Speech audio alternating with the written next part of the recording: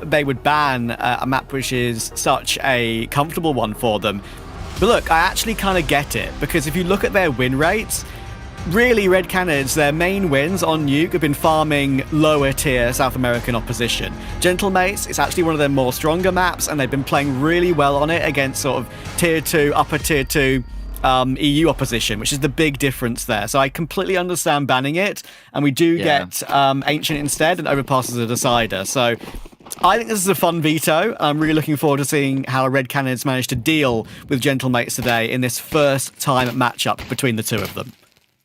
Maybe some trauma on Nuke as well, Trav. Maybe there's a little bit of trauma for Red Canids with what had transpired at the major. Oh boy, I don't even think I have to remind everybody.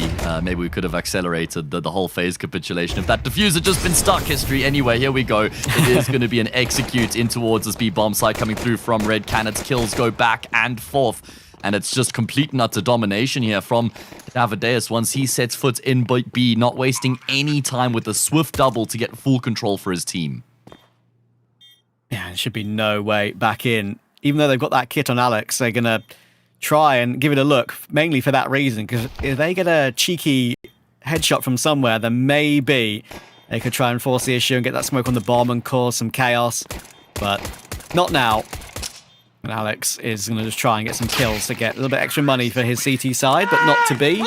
And a great start, and already trying to get a little bit louder as well. And I appreciate that, because they need to really assert themselves, not just in the server, but also vocally too, because you got to have fun. When you're the massive underdog in a tournament like this, you've got to have fun. You've got to enjoy it. And I'm hoping they're going to be able to do that today, because sure, a wonderful experience playing Vitality yesterday. We heard about Ren 2 watching the major in the crowd back in 2022 and now getting to play in the event. But yeah, I think they want a game where they feel like they can actually win today. I mean, above all else, it's about making the most of every moment, every round, being present and just soaking it all in, and him actually getting to play on the server here instead of watching from the sidelines would be surreal for him, you would imagine. And it's a great way to begin proceedings. Gentlemate's going to force buy back a couple of scouts, a couple upgraded pistols, and an MP9 here for Alex as well. And there's going to be quite an aggressive move being made by Red Canids against the force buy. They've already scaled their way up catwalk all the way in towards ladder room here. So they've got some deep positional control very early on in the round. This gives them options. They've gotten one player in apartments and then one posted on chairs. So what they've done here is just try to get themselves into a really strong position early on in the round, and then just post to wait to see what the response is like from the CT side and try and maybe punish any overplays coming through from Gentlemates. Nice shot. Oh, nice flick up with that Deagle. But the Khalil will run them over. That's some confidence for Rentu. Marpaz with that scout on the angle. There are two scouts in play. Martinez has the other one, but now pressure up close is going to be a bit awkward. And with Rentu finding another one, and even that little extra boost onto default should make it impossible for Salsul, but he does actually win that duel to finally remove Rentu from the round. So there's a glimmer of hope, and with Salsul still half HP, he can perhaps try and force the issue. Davideus and Shay aren't exactly full health either, and it's a great headshot from Salsul. Now suddenly, all onto Shay. Great trade. And now with Martinez only on 13 HP with that scout, one bullet either which way would do it, with Shay on at 5 HP, and he does look the wrong way at the wrong time, but there's just no time for that defuse. So Gentlemates will be really happy with the damage, but they won't win the round. And that's what they came into the round with the goal of, which is actually just getting the points on the board. Damage is just maybe like a small bit of value that they can take away from it. Thought it looked like they were on for the retake with how much damage had been done, but Shay is just super clean mechanically there in the post plant to be able to get some really important kills and just relieve some of the pressure there for Red Canids. Oh, and Gentlemates, because of all that damage inflicted, you spoke about how this game could descend into a brawl, and it really looks like that's the case here in round 3. Well, there we go. Because of that incredible work with the scout and that recovered Galil on Salsul, they commit to it again. Davideus really looking to try and make a play through that smoke, and maybe they're just not aware of the fact, of course, that Gentlemates have fully committed to a buy, and because of that, they play with a little bit more freedom, surprisingly, and maybe just not realising what kind of a purchase Gentlemates had. And thankfully for them, it's not going to affect them. And they are going to fall back away, I think. And that makes sense, because their chances of realistically retaking this are extremely low. So rather just accept the fact that it's round over. Red Canids have been very direct so far here from the get-go on Mirage. Not wasting or taking any time to get themselves going here. Straight into the B bomb site. One frag found, job done, round over. And surely now we will see Gentlemates just saving their money. I mean, they'll still have a really good chance in the next round as far as a bit of firepower is concerned, but it's Red Canids who come out the gate swinging here in Rio.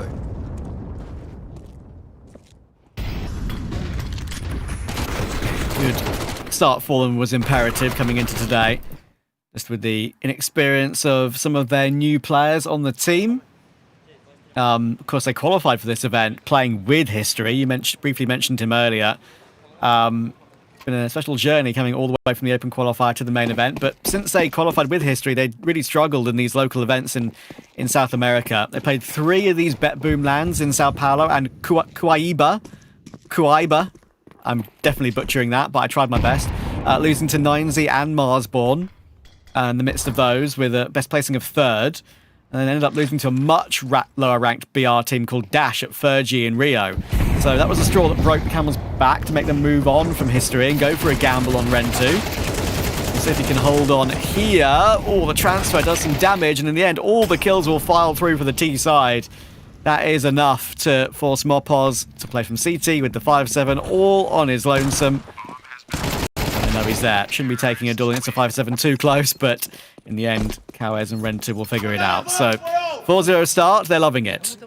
Yeah, I want to spare a thought for History though, right? Because Red Canids came through the open qualifier and then they won the closed qualifier to get the spot at Rio. They beat teams like Imperial, they beat Bestia twice as well. They even beat Sharks in the process of qualifying for this tournament. And History was a part of all of those games. History was a part of the team that qualified for IEM Rio, and then he doesn't actually get to play at the tournament. Now, obviously, their priority is their level coming into the tournament, and so they decided to actually just make that change, thinking they'd have a better chance of going deeper with Ren2 over History. So obviously that's what the most important aspect is, your factor, but it does still suck for History.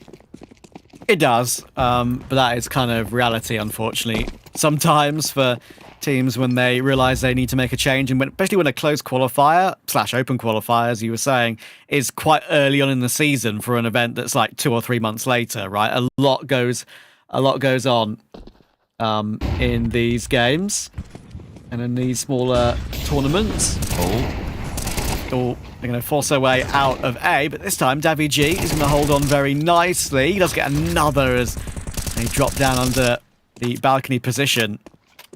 Now Dropper's only just trying to spam through that ticket box to try and get any damage at all if there's any players there, but he'll be connecting with nothing. They know that they've got a player on balcony, but how do they fight it without getting exposed to jungle? And there we go, there is the quick trade. It's all down to Ren2, and in the end he'll get caught by the Martinez AWP. And Martinez yesterday, he had a poor map 3, but I guess you could say 1.5 maps against G2. He was amazing. Yeah, he was just outstanding, especially on the CT side of Mirage with that AWP searching for opening kills, not shying away from making plays, being proactive and taking initiative. This round it's down to WG as that A anchor. He finds a great couple of kills to set the round in motion. Red Canids try and keep up with that simple and direct approach, just grouping themselves up and trying to go into a bomb site very early on. But this time, Gentlemates have been able to stave them off and keep them at bay. So maybe Red Canids, yes, makes sense, digging a little bit deeper into the playbook as they start to venture in towards middle. Not just throwing util as though they're going to take that control, but actually heading in that direction. Speaking about Martinez and looking to be the dynamic AWPer on the map, he finds himself over in ladder room here. Trying to deal with any mid-take that could be coming through.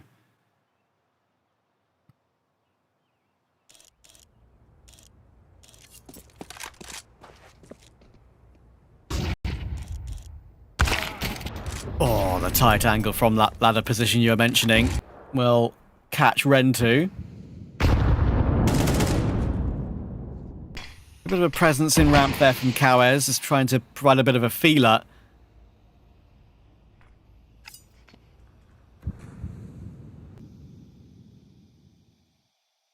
boosting window can come through the silent version.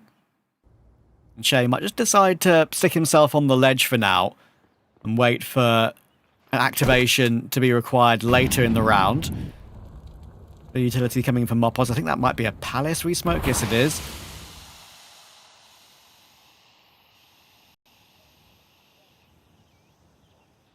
Yeah, taking their time. So this is what 20 seconds left on the clock looks like is what Red Canids are going to be thinking. And they're going to have to make these pieces connect perfectly as they surround the safe bomb site. But there's only 13 seconds left now. Drop will phase through the smoke, but Alex was ready and waiting for it. And that's just round over. Everything had to go perfectly. And even then, it wasn't a guarantee that they would have been able to get onto the bomb site. Gentlemates do not overplay their hand. They don't start to panic when they don't really know what's going on. And the clock's getting wound down so low. They just stand around and wait. And Red Canids, well, once they do eventually try and commit to the play, they just get shut down across the board. Yeah, it's leaving it a little bit too late there, I think. And Gentlemates did the classic of just not overfacing when they didn't need to. And that was enough. And that will force Red Canids onto a very low buy here. They've barely got enough for some armor around these pistols. They will try and just bide their time for the following gun round. It's funny, right? I mean, we mentioned how Red Canids came through the open qualifier and then the closed qualifier to make the event. Don't forget that Gentlemates also came through the global closed qualifier. And they probably shouldn't even be here with some of the games they had to try and qualify. Yeah, that game against BetBoom, that was the crazy one.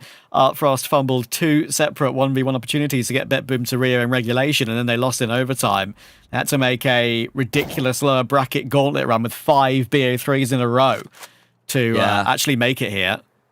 It's one of the things I love the most about Counter-Strike, our beloved esports, is how such fine moments can make such big differences.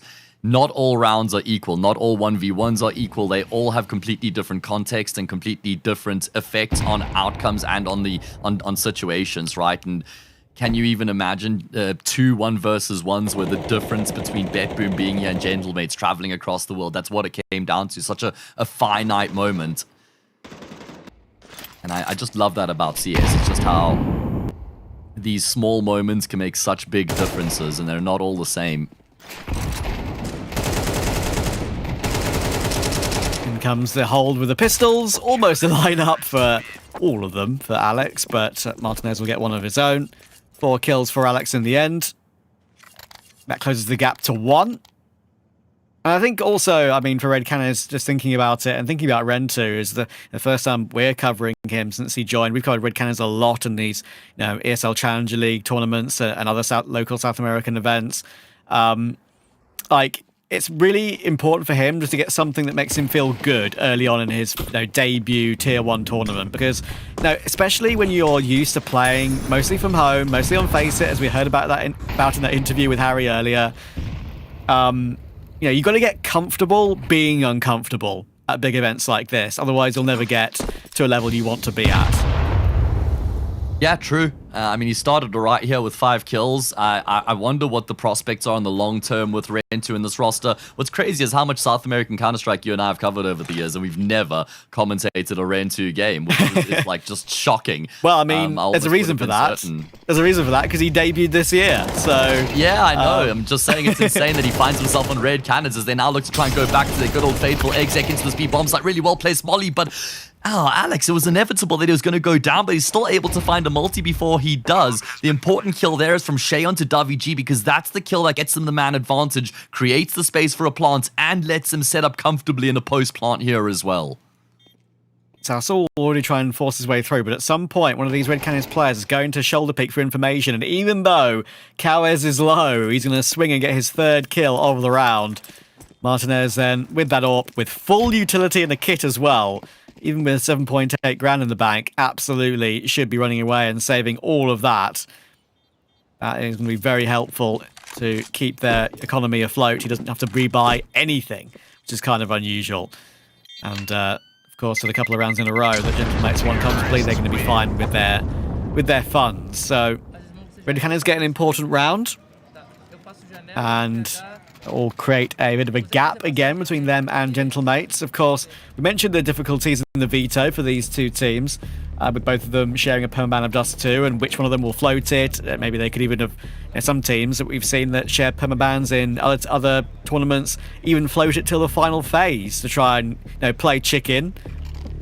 And on occasion, it can even be a third map decider if they want to keep it in the veto till that long, but no one wanted to risk it this time. Red Canids actually have played one Dust 2, but more often than not, it is their permaban, and Gentlemates never play it.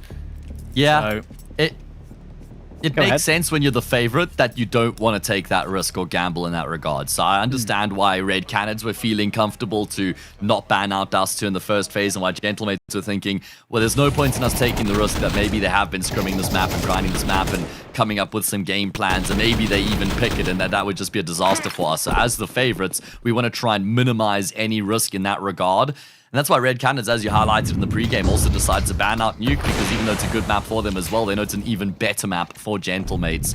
So Gentlemates don't get either of those primary maps here in this veto. Had to go for Ancient instead. Saw them have quite a tough time on Mirage yesterday. Of course, that was against G2, who are absolutely Mirage specialists. Oh, Davideus going to find some really good timing, creeping his way out of lowers, but he's not actually able to get the kill on the player, who falls back just in the nick of time to keep his life intact.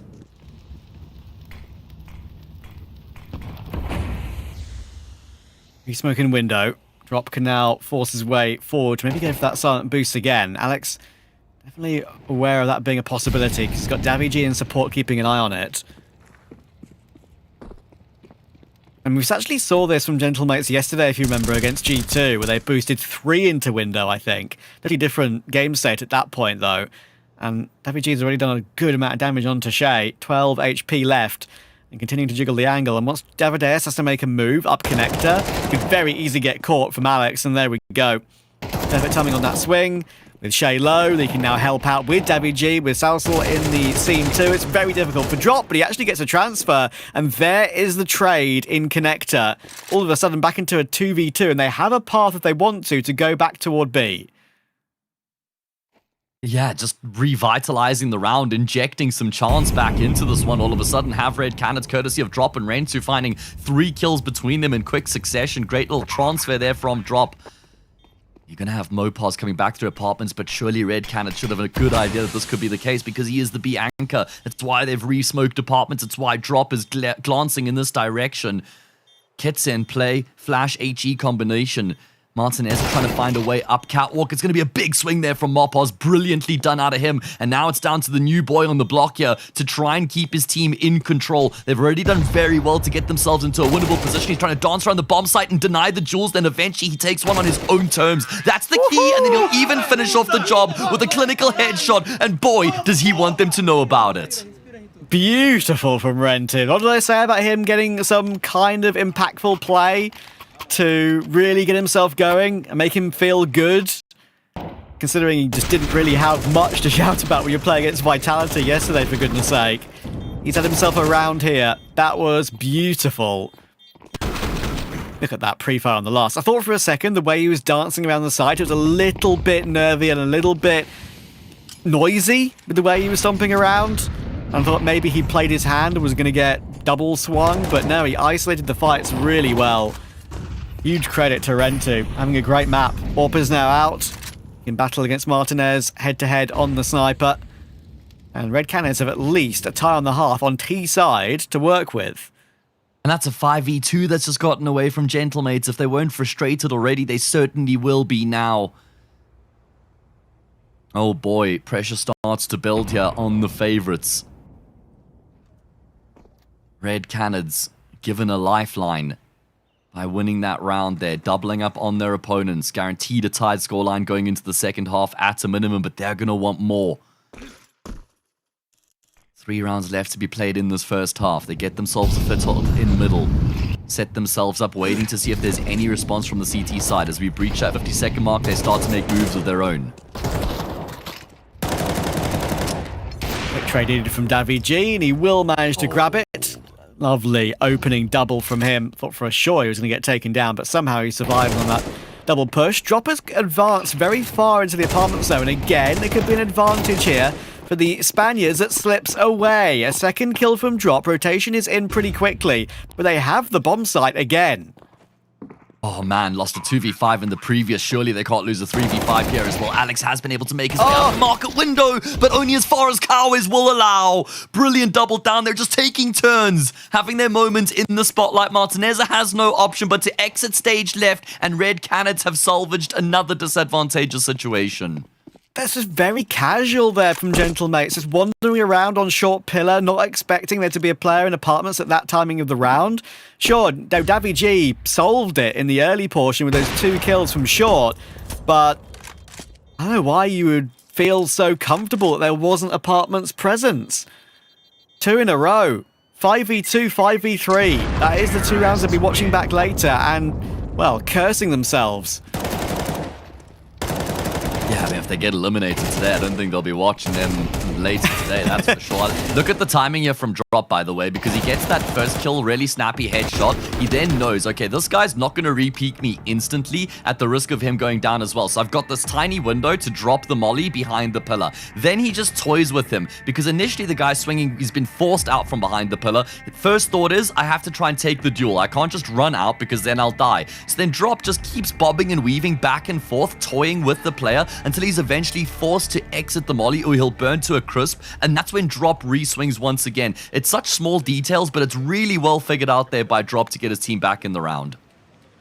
What a great opening for Red Canids. Exactly what they needed. Gentlemates under pressure, and they may have said in that interview to Harry that they didn't really feel any pressure because the ridiculous grind and all the stress from the run to try and qualify for IEM Cologne is over. Missing out, sure. But, they can come here and enjoy it. They won't be enjoying seeing how their VRS will be going down if they lose to Red Canids. It would be a big swing for the Brazilians and the Chilean on Davy G, of course, on Davide, sorry, I should say. Probably the first game I've ever done where we have 2 Davies, actually. Yeah, true. Of course, Martinez was on 9Z as well, but that was after Davideus was on the squad. Now really missed out on each other. I don't know how I feel about this view model. It was giving, like, Team Fortress 2, or I don't even know, just something kooky, man. Either way. A mobile game or something like that. Yeah, for sure. Okay, here's the change-up for Gentlemates. Davy G on that secondary AWP. If they lose this round, they stare down the barrel of 9-3. Exactly.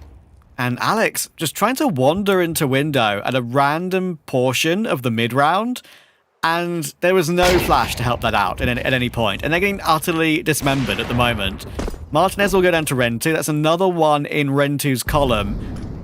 And Mopos, he's in ladder, and they don't know he's there, but he needs a multi-kill, and he needs it right now. There is one. Can they trade in? They cannot, and there is Mopos. That is what Gentlemates needed. Something to activate them, but the round is still not done, but maybe Mopos can help close it, and he's done exactly that. Huge quad kill, and Gentlemates are back on the score sheet. Oh, clean up on aisle middle. Mopos with the mop just makes light work of those players. 3 kills in quick succession, then even flexes his muscles as he picks up the AWP and gets that 4th frag as well. Like you say, it's exactly what they needed. A big moment of some individual brilliance to ignite the campaign here for Gentlemates once again and try and salvage this first half. Now, they've done a lot of damage in these rounds that they've been losing. And what that means is that Red Canids are going to be reduced to some pistols, a MAC-10, and a couple rifles. Good chance here for the Spaniards to at least salvage a 5-7 halftime scoreline. It's funny, mate. Far better reading than what 9-3 ever would have been. I know, and it's funny, right? We were talking before the game. I said this felt like it would be a game that will be a brawl. One with mistakes, but in general, that often makes for exciting Counter-Strike, and we're seeing it. That's absolutely for sure. It's Red Canids' turn to lose a significant advantage in the late round. Incredible work from Mopos, but there might be more action for him to deal with here. Davy G is jump spotting. Mopos is released on the balcony again, playing trigger discipline, gets himself a double. Doing really well to hold on with Davy G's singular kill, but does get run down by that Tech 9 in the end. It's all going to be down onto the P250 as it drops onto the side. And now Shane needs a 1v2 and he can't connect the spray. They survive with 2 players on pretty much tickleable HP. Gentlemates get away with a little bit of a streak at the end of the half, but Red Canids, you got to say, have been the better team.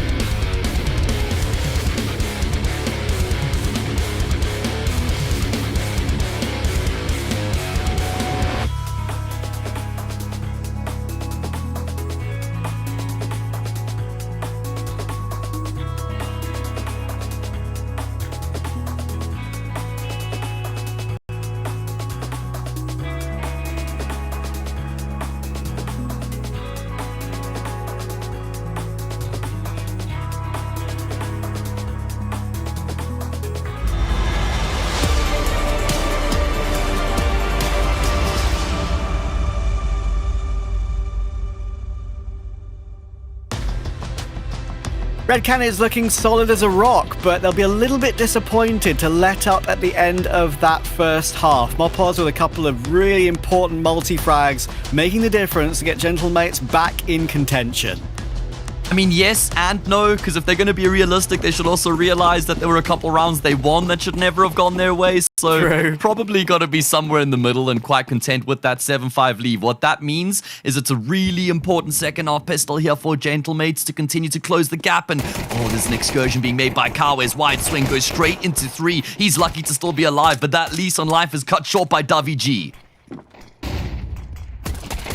Rentu from jungle needs himself some damage, and Davideus has been gooshed up on triple. Surely doesn't get one more, but he actually did. Very good hold in the end from Davideus, and Rentu will connect in the end. Alex was so low, it took one bullet in the shoulder to take him down.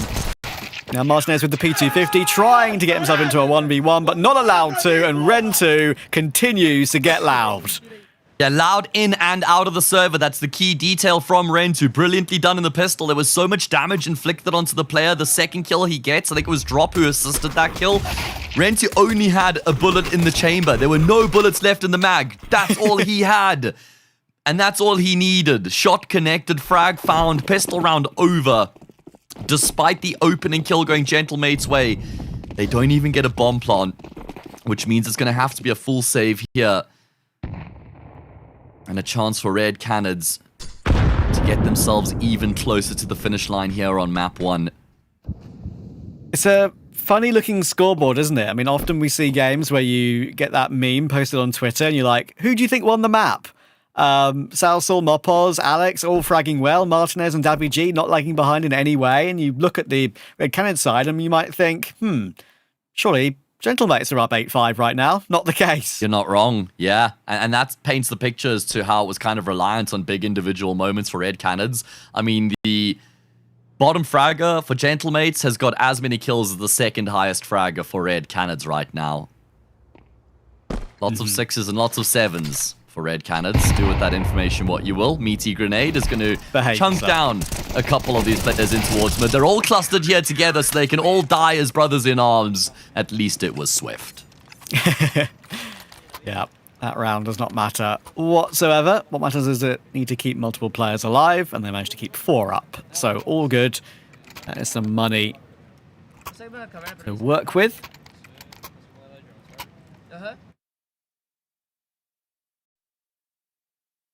Let's see what the opening gun round shows for Gentlemates, because, of course, Red Canids still have the bonus buy. Still got the FAMAS on Shay, still got the MP9 on Cowes, and already Mopos is letting them know.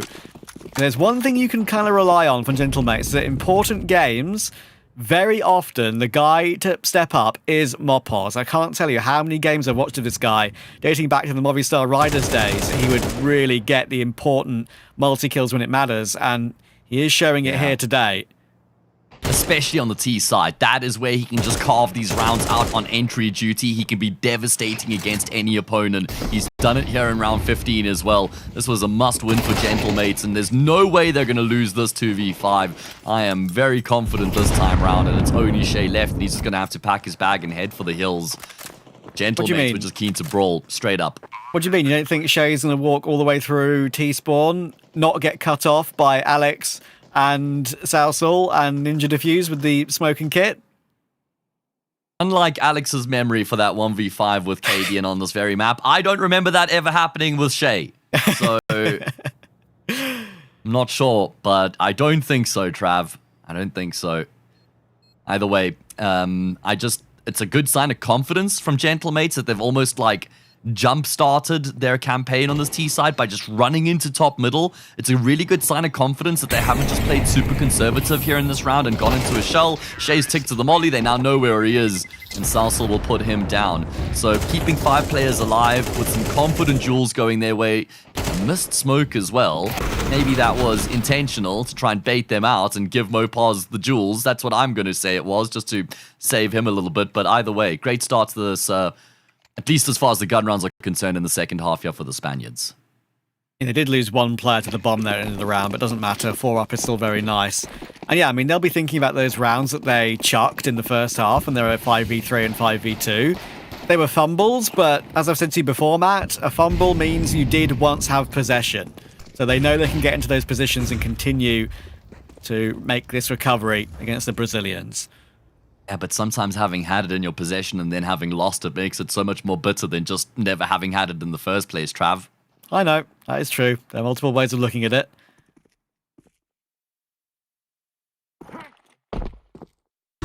This is the eco. I like your glass half full perspective, though, to be fair. Here we go. That's me. Like you say.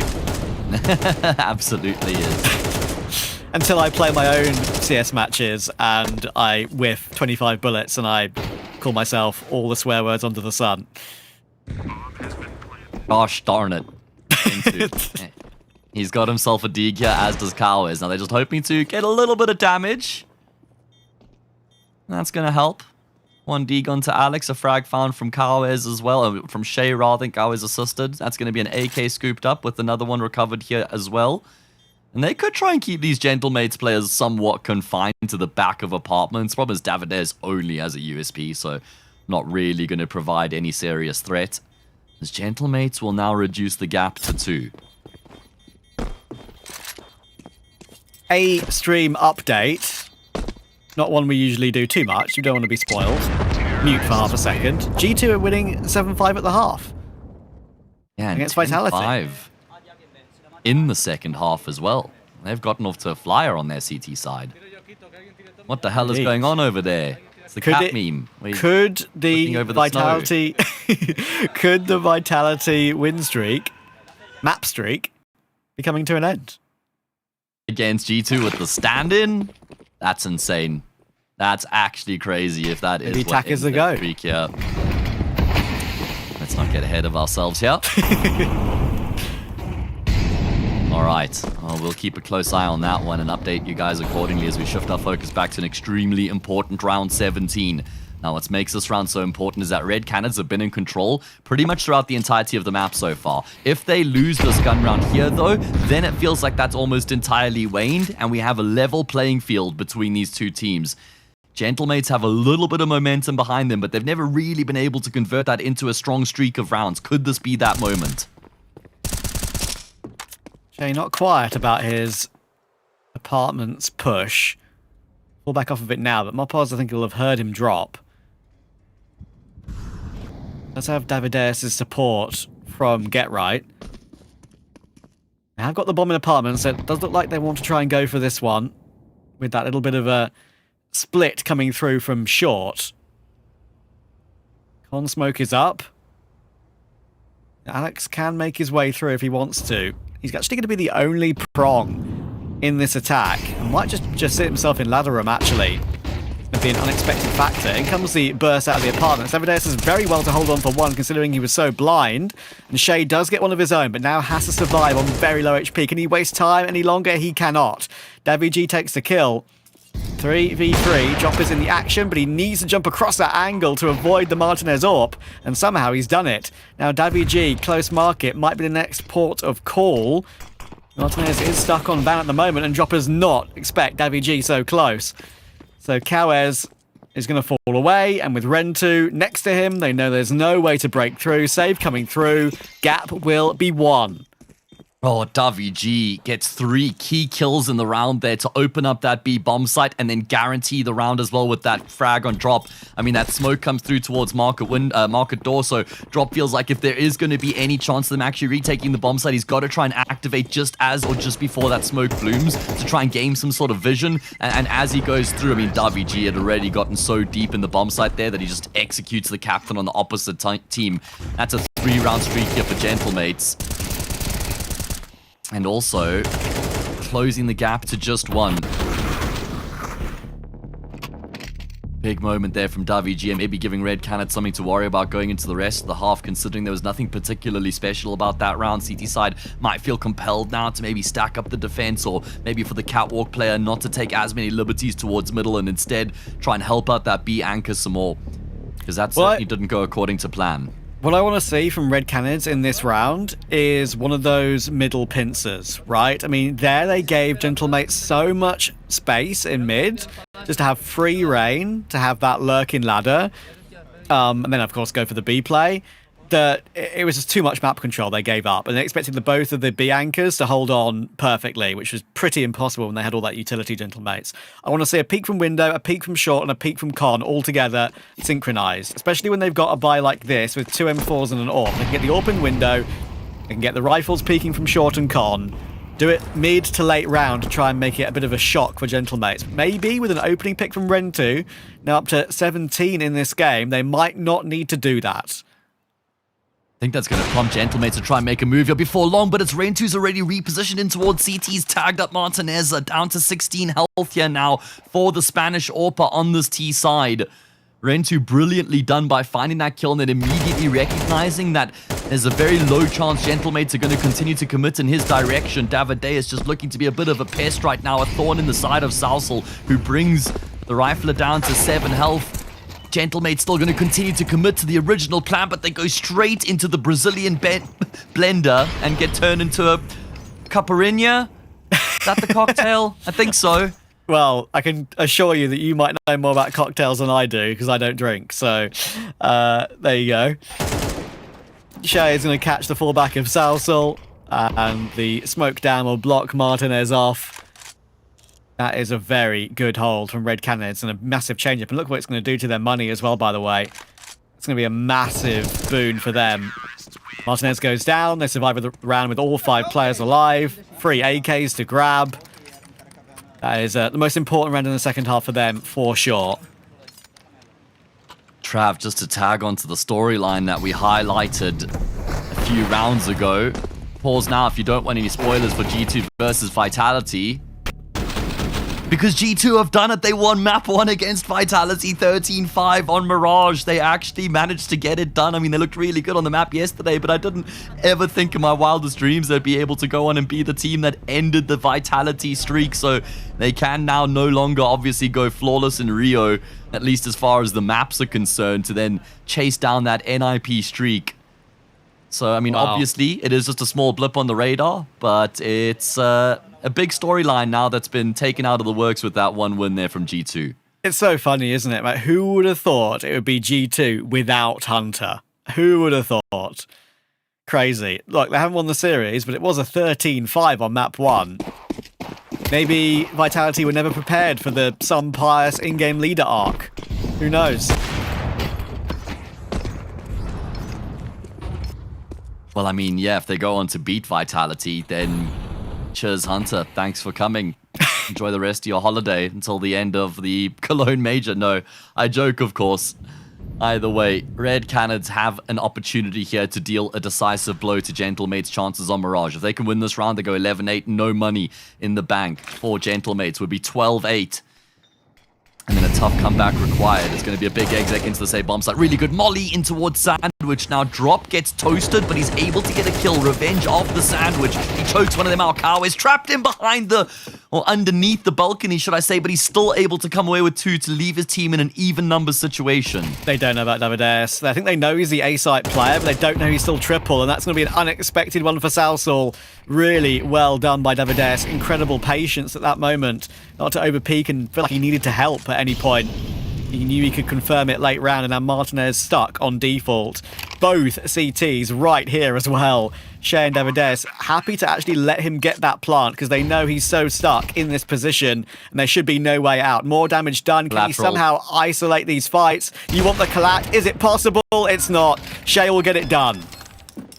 Tell you what, wasn't far from it, and I feel like that would have been the only way for him to actually win the round if he could have gotten both kills with 1 bullet, but it's really well played from those Brazilian players on the retake there, not to, I guess, 1 Chilean and 1 Brazilian, not to disjoin themselves. They stick together, but it seemed like there was some attention to detail not to completely line themselves up either, so they kind of recognized the threat of the AWP in the clutch. At least Martinez is able to get the bomb down, but Kawes, I reckon, is the main hero there. Getting those 2 kills was what brought it back into an even numbers game for his team. They finish off the job. Gentlemates decide to persist here stubbornly. They will force by in round 20. And again, they're going to go back in towards A. Oh, now they're going to go for a faster move. DaviG's already launching himself out of ramp through that smoke. Now it's Kawes from triple, but look how far DaviG's got up onto the A-bomb site before they were ready for him. That's crazy. And they've already got full CT control, which is pretty wild. Davides could drop into Sandwich if he wanted to. It looked like he was preparing himself for it. And they do have money if they want to commit to this retake. But there's a chance they could decide to prioritize the later rounds of Mirage. And I think they're just hoping for a random spam kill, and if they don't get it, they're going to fall back. Oh, Gentlemates again just persisting with this A-bomb site, probably banking on Red Canids, not expecting them to go back in towards that A site yet again. And they're correct. They're able to isolate Kawes there with some good utility usage. They just charge him down. There's some really good flashes there from Gentlemates on the execute as well. Kawes never stood a chance. And then, like you say, no lottery tickets being won by Red Canids with those spams through the smoke to try and get themselves away back in with the retake. So they accept their fate, concede the round, and Gentlemates, I mean, do as they have throughout Mirage so far, which is win the really important rounds to make sure that the game doesn't just slip away from them entirely. Really nice change utility there. I mean, Kawes wasn't fully blind, but it's the sound muffling from the flashes and the grenades and the smokes that just makes him not realize DaviG is up so far. Really just tackling him in the side. Very nice attack from Gentlemates. A really good pace change, like you were saying. And honestly, there's a little bit of a variation, but they could still go for an A play here. Could just be running it back with a bit of a mid-prong instead. Good smoke break, and Drop's able to get one. And with Davideus on the bricks to jump up in toward ladder, he manages to get the kill, dropping down on Davy G. That's a really nice one to grab, and now they try and walk in on a random timing, and Canids will not be allowing that one. Quick transfer. Now Salsal 1v4 it would be, on only 34 HP with a Galil only. And look, they've got money for a similar buy in the next, but Red Canids are going to be on map point. Oh, and they make sure there's no survivors left in this round either. They've got 3 chances now to finish off the job. Like you say, their map pick, can they get it across the line here? They've been in control through the entirety of Mirage so far. They've looked really good while doing it, not shying away from these fights. Again, Gentlemates looking to try and force the issue in the early round. They haven't really been using the length and the breadth of the map or these rounds here to set themselves up, trying to keep it simple and direct to minimize the amount of complications that they may have to deal with. But Red Canids have just been blasting them out the server. We've had a big step up here from Davideus on the CT side. Unsurprisingly, big contributions from Kawes and Shay. The rest of the team has caught up to Rentu as we've got contributions across the board. Yeah, and there's a reason why some of these players, right, were picked up by, you could argue, bigger Brazilian organizations. Of course, Kawes and Shay both on loan from Imperial and Pain, respectively. So, yeah, there's a lot of talent on display here. And players that are used to playing in their home country, don't forget. Yeah, and true. Of course, you can't really take much notice of their game against Vitality yesterday. Judge them against teams like Gentlemates, and right now, they're doing a good job of it. Yeah, any team outside of the top 10, Red Canids could give a run for their money is kind of how I see it. That's a general consensus. Either way, opening kill comes through from the catwalk specialist, Davideus. It's where he played on Pain. It's clearly a position he's retained here in Red Canids as well. Gentlemates this time do look to have a little bit more of a strategic approach. Break on the smoke will expose 2. And it was inevitable that drop would go down. So the fact that he gets a kill before he does is a good return. Now Kawes has always been good for at least a frag. And again, it's 1.5. Gentlemate's going to look for a plant here, and there might be a disruption. It's Rentu's going to take the attention away from the jungle player. He finds the frag on Mopos as well, and that will set Shay up to finish off the job. You can see what it means to them as Red Canids get themselves a map up here in Rio. And if you look at the scoreboard, Matt, it'll be Gentlemates who are really upset with themselves, because they'll know that 5v3 and 5v2 they lost in that first half, that ultimately they were difference makers. That would have turned the economy at the time entirely, and their rounds at moments, and it's a massive disparity compared to what we've seen from Red Canids, where they've been jovial, they've been loving this opportunity, they've been loud, they've been ecstatic, they've been electric outside of the server. And so I feel like that does also make a bit of a difference. Obviously, the mood's always going to be better when you're winning, and for Gentlemates, it's exactly what they need to do here on Ancient to keep themselves in the tournament.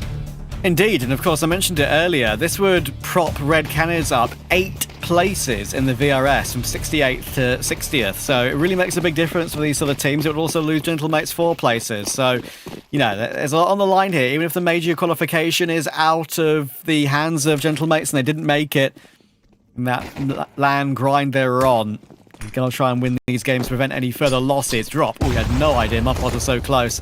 And the fast attacking toward red, but it delayed them a little bit with that HE. Doesn't mean that he doesn't get run over, though. It's a great kill from the combination of Alex and Mopos. Davideus will get one. Rentu tries to make a play. Doesn't work. Now Davideus is under quite a lot of pressure around that brokey position. Will try and retreat. He has. Actually got big box now, but in the end he'll be tapped out of the round by Davy G. And now Shay goosed down to 21. Kawes 91, trying to get into Donut, but Salsal has seen him. And there's even an afterplant smoke to work with too. But Shay has connected on Davy G. That gives him a glimmer of hope now in this 2v2. Surely, without a kit, it's going to be even harder for Red Canids to recover this one from here. Salsal will drop down now. Got Alex in support that will be coming in a split second. And with players not looking toward him, it should be a little bit easier. But now Kawes is going to try and run Alex down. Alex is in the open. Oh! Alex wins the round for Gentlemates. I prefer not to speak. Yeah, only just. I mean, he runs out of ammo with the Julies. That does not happen all too often. And there's some smiles coming through now for the Gentlemates as they're able to open up favorably here on Ancient. Good starts their campaign. I think it's the first time they've had a lead in the series, if I'm not mistaken. So that'll feel good for them. I know it's super early doors here on Ancient, but they'll take anything they can get at this point. Yeah, you see Cowers there is trying to adjust his crosshair placement for the recoil of spamming the dualies. Obviously, it's a little bit Tap like control. an automatic weapon, right? You do have to pull down a bit with the recoil when you spam something that quickly, a bit like the 5.7 in a way. But yeah, dualies, they can look great when you get incredible multi-frags with it, and they can look terrible when that happens. I mean, the fact that they still even made something of the retake is pretty impressive because they never really should have had anything going for them. Yeah. Constantly chasing the round, constantly down by a player. And then some pretty rough positions low on health there in the 2v3. Bring it down to the 1v1. Moppar's nose drop is trapped in the corner and he's going to have his captain at his side to uproot drop. Good way to start off against the 4-spy here. Red Canids remain with 3 on B. Got to gamble. Makes sense that they're looking to roll the dice here to try and give themselves the best chance of making something happen. Yeah, we were talking about how this veto with the Dust 2 shared permaban, as Southall gets very annoyingly caught off guard there, just looks away as soon as Shay jumps in. It was going to provide us some middle ground maps in the veto between these two. Ancient is definitely one of them. Both teams have had very up and down results on it. We'll get into that in a moment and just see if Gentlemates can confirm the round here, because it's still not a done deal. They are going in toward A, and I think with the position of Davy G, it's going to be fine. So let's call it there for now, unless something crazy happens. I will start the play-by-play again. But I want to talk about Red Canids' recent results on Ancient, right? They've actually only won 1 of their last 5. They've lost a 9Z twice and Dash. And then that's one of the results that I was talking to you about earlier. Dash aren't really a very good Tier 2 Brazilian team at the moment. That's a poor loss for them to take. That was at Fergie in-house, which I believe was a LAN also in Rio recently. They also lost to Marsborn at the BetBoom Circuit X LAN event in Cuiabá. I'll get it right first time sooner or later. Which again is a bad look. Yeah, I mean, it doesn't inspire a whole lot of confidence coming into this, so I imagine at least the fact that they've got that one map in the bag is an insurance policy that gives them some breathing room, not nearly as much pressure on them as they would have been coming into Ancient if they'd lost on Mirage, so that does certainly help, and maybe with a little bit of less pressure on them, we might see them performing to a higher degree here, playing with a little bit more freedom, maybe taking some more liberties, and I mean, it will require big pop-off moments from individuals. Yeah, you're going to need one of those big games from a couple of players if there's going to be any chance. Conversely, we look at the map here historically for Gentlemates. I mean, it hasn't been phenomenal for them either. They've got some wins over some lower tier teams, but they've only played the map like 3 times in the past 2 months kind of thing. They lost to both Big and NIP. Their wins come against Magic and then an double or an OT loss against Eyeball as a win over Hyper Spirit. I mean, yeah, as you kind of highlighted, painted into a bit of a corner where Gentlemates here with the veto. I mean, I was maybe a little bit surprised they opted for the Ancient pick instead of Nuke, but I think their thought process was that Nuke would be left as the decide. I think that's what they gambled on. It wasn't. So they've got to make it work here on arguably their 3rd or 4th best map. Yeah, never entirely comfortable when you're painted, as you say, into that corner, but you can paint yourself out of that corner by winning. That's what they need to do now. Exactly. Simple as that, really. Heavy G will try and force his way toward middle, and with a bit of help from Shelf, it should be absolutely fine. That's exactly what happens. Macton of Alex doesn't even really need help, actually, in the end. Heavy G got 2. Good leap in from Rentu. That's a little bit of future money with the SMG, that MP7. Confirm that you can get that AWP out. And Cows has hit a D. Oh, sees a second player. It's a dangerous fight to take. And in the end, Martinez will come and help out. So, they know where Rentu was. He was in that Jaguar position. And Rentu is going to try and get ahead of the game by already going to maybe hide somewhere on A. Yeah, that's exactly what he's going to look to do here, is try and nestle himself into a position where he might be able to catch one of these Gentlemates players off guard. Now, they're not at all going to be expecting him here. Martinez is probably just going to commit straight to the bomb plot, while Sausal is in red room here trying to cut off this rotation. So Martinez will go down for free takes him a bit longer than what he would have liked. Now, there's time for Salsel to play with here. That's one thing he's got going for him. AK and a flash to aid his cause. Rain2 doesn't know for a fact that Salsel has actually now shifted onto the bomb site.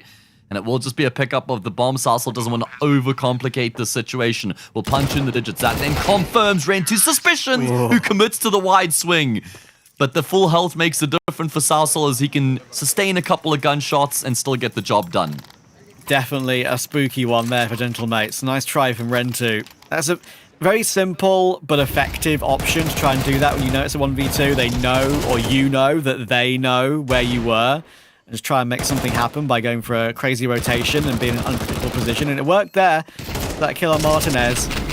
In the end there, Salsel does well. I mean, he only had a few bullets left in that AK magazine, actually. So he's stood his ground, and that ground will remain his. 3-0 clean sheet intact. Late delayed flashes, and they haven't even seen Davides in the corner.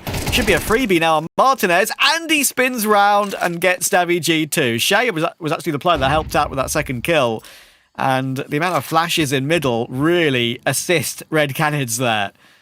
I mean, they probably should have assisted Gentlemates, but they just don't drop the fact that Davideus is already so deep hugging the wall, and I really like his prioritization because he knows there's a really good chance there's going to be a second player coming through that elbow smoke, and if he commits to the fight with the player that's already crossed, then he's probably going to get traded out. So instead he wants to wait for that secondary player to come through and then maybe try and turn and get the extra frag as well. But as you highlighted, Shea arrives on the scene in time there to stack up with Davideus. 3 kills in quick succession makes the difference as Red Canids are able to get this campaign off the tarmac, winning their first round as early as the gun round here, and keeping a lot of players alive as well, and inflicted a lot of damage in round 3, which means Gentlemates are straight into force buy territory.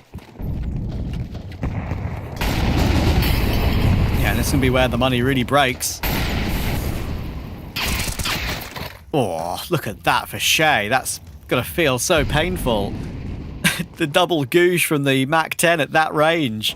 He had the M4. Completely throws his aim off guard. Into the sky. And now Kawes, all of a sudden, is the only man defending the B bomb site. And he's about to have the majority of the Gentlemates attack come his way. He needs at least 2 kills. Holds on for 1, line up for 2 more. He done a brilliant job, and then Drop came in and helped out at the right time. Well played, Kawes. That was a very important multi-frag. It might, consider it as against a force buy. It's anti-force kills, but we know from the game state how critical that was. And now Mopol's 1v3.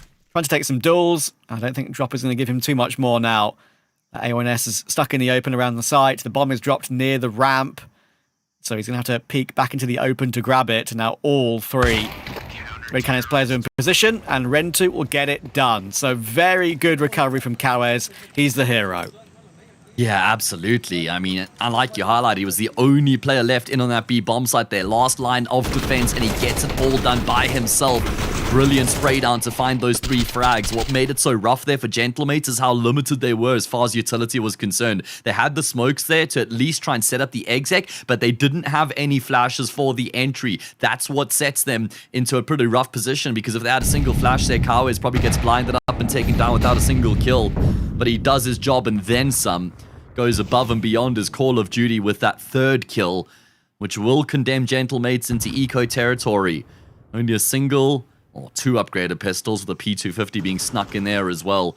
Entire team grouped up, going to look to try and breach in towards the A bomb site. It is only Ren2 is here, and he hasn't got the best gun for a multi-kill. As he looks to try and fall back to a bit of a safer position, he will be able to find the frag on the first, and he spots a whole lot more players flooding their way forward afterwards. He gets overwhelmed. At least you've got Davideus as a quick response through Donut to deny the plant, but the real concern is that Martinez has been able to pick up this AWP.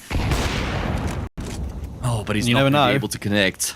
You never know. Considering they barely had anything to work with initially, this is at least going to give them some sort of a glimmer of hope, but he does eventually just get completely outgunned, and it will be a pretty damn good result for Red Canids in the anti-eco.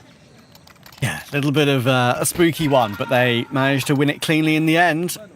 And that gets them right back into contention on Ancient.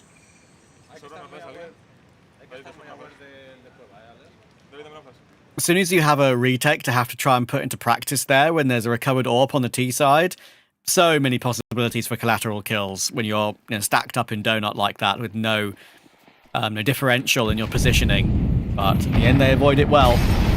Now they are the team that have built up the money.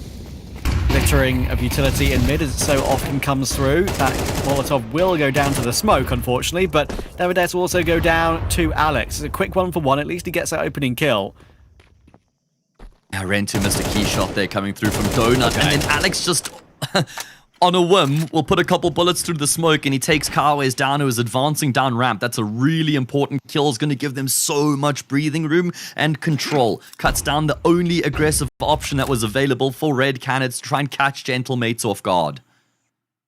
That was ridiculous. Pure guesswork for a very important second kill. Yeah, no more cowards on the B bomb site to get a crazy multi to keep them in control of the round. And now no more drop either. He'll drop to Alex. Triple kill for the captain of Gentlemates. And Rentu and Shay will just be trying to keep hold of what they've got. Yeah, Alex looking super sharp in that round. I mean, he was the player who initially forces the issue, charging up Speedway, finds himself on the ledge, on the shelf, and then he's able to contribute with that frag in middle. And then from there, just has his spidey senses tingled, and he gets an important frag on Carways, and from there, Red Canids are reeling. Sharp shot to find that third and final kill necessary to convert the round and regain the lead here for Gentlemates. Shut down this little streak that Red Canids had been building up. And it was actually Alex who had missed the shot on earlier on in the round, and Alex really goes on to punish them.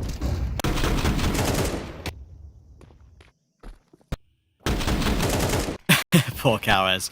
Seeing it on the replay makes it all the more egregious. Well, how it's up.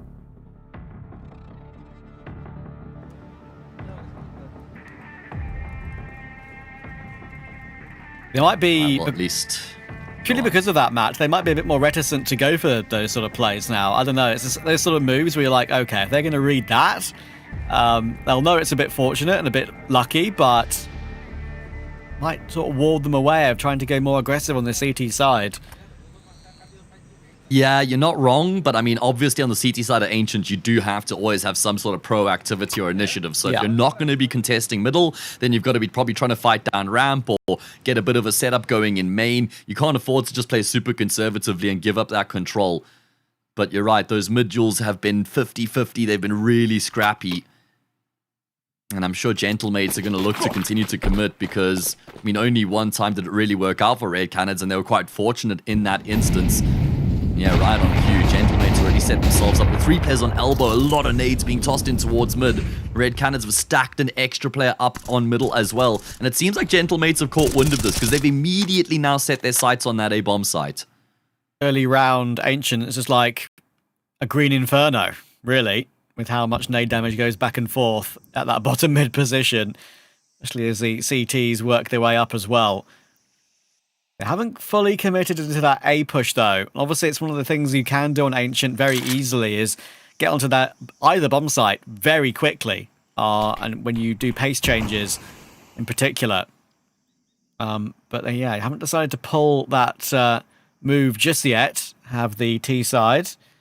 Kawa's playing in the cubby on lane. He's got Shay support, and they've got complete control of mid in such a way as well with Davides' position. But here comes the A bomb site execute. The donut smoke to come in. Got a red room smoke being thrown as well. All coming from that one position. Now WG will try and work his way out. Harris has seen a bit of that information, but they are trying to jump up on the ledge, and that's very hard to control when you can only see ahead. And now Shay is in a very awkward position. He's going to hear them trampling through Jaguar, but he needs to cut off one player, and he can't do it. Mopoz deletes him, 5v3 with 25 left. A really well-constructed round here from Gentlemates so far. Just got to polish it off and finish the job here. It's going to be dropped to swing through from long, and he will get a kill on Mopars, but he can't do anything to deny the plant. Rentu to break the smoke, but there's nothing on offer on the other side. He's hoping that Incendiary might flush Alex out in to drop, but with that smoke in play, at least Alex has got that cover. And that will Call the end of the round here for Red Canids, who are going to pack their bags and head for the hills. I love that from Gentlemates. They never panicked after the initial plan didn't go their way. Then also realized, okay, we could try go A, but it's still a little bit of a gamble and maybe we've missed our window of opportunity. So let's just slow things down entirely, come up with a game plan, and it works perfectly. Terrorists win.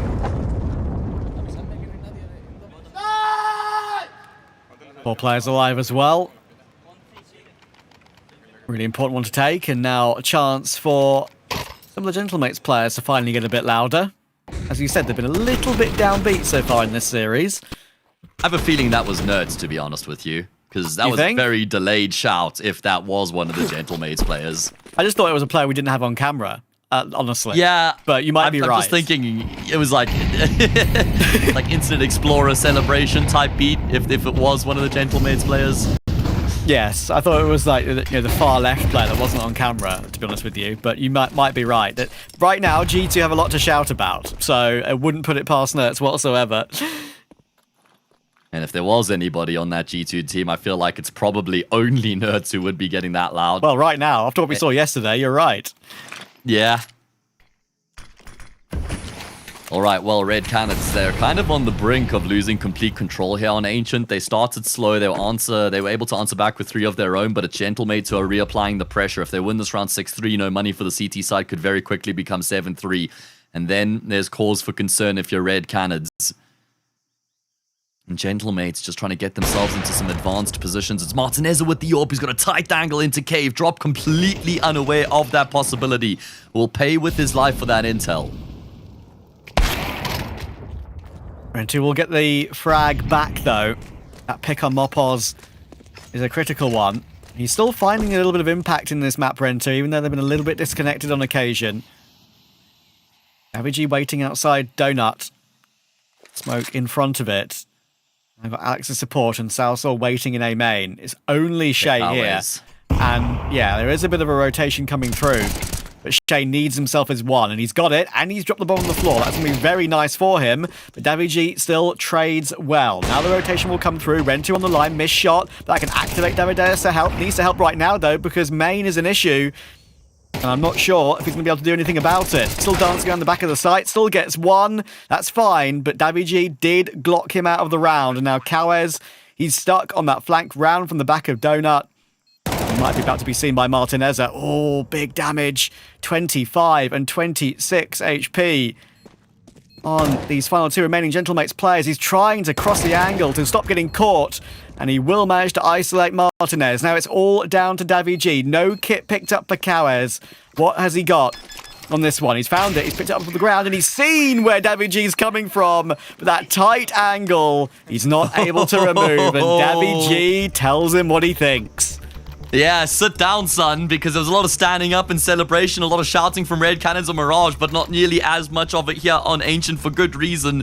It's been Gentlemates on a streak of 4 here that have now assumed full control of Ancient. There was a couple moments there where you needed a multi out of one of the Red Canids players, but they weren't able to provide it. It was Shay initially and Donut. I know it was a tall order, but he needed to come away with at least a second kill there to stem the flow and give his team something to work with. And then it was Davideus dancing around the bomb site. You know, Rentu not able to get a frag either was certainly a costly moment in that round for Red Canids, as they're now kind of trending in a direction where they could lose this map in the first half, because if this goes 9-3 for Gentlemates on the T side, there's surely no world in which they lose it from there. Excuse me, it's a 6-3 scoreline. I thought that got them up to 7. Yeah, you know, oh, look at that from Davig's POV. It's so frustrating for Kawes, because you can tell how his brain was working in that 1v1. He's thinking, okay, he could be anywhere. He could have gone through Temple to CT. I'm worried about that. Even if the bomb's not planted for it, I'm a little bit concerned. And that's why he looks away at that last point, and he'll be very annoyed. You can see, like, preemptive desk attempt smash anyway. But he stops himself. Still wasn't the people's elbow. No, the Jorko elbow will be forever ingrained in CS folklore now.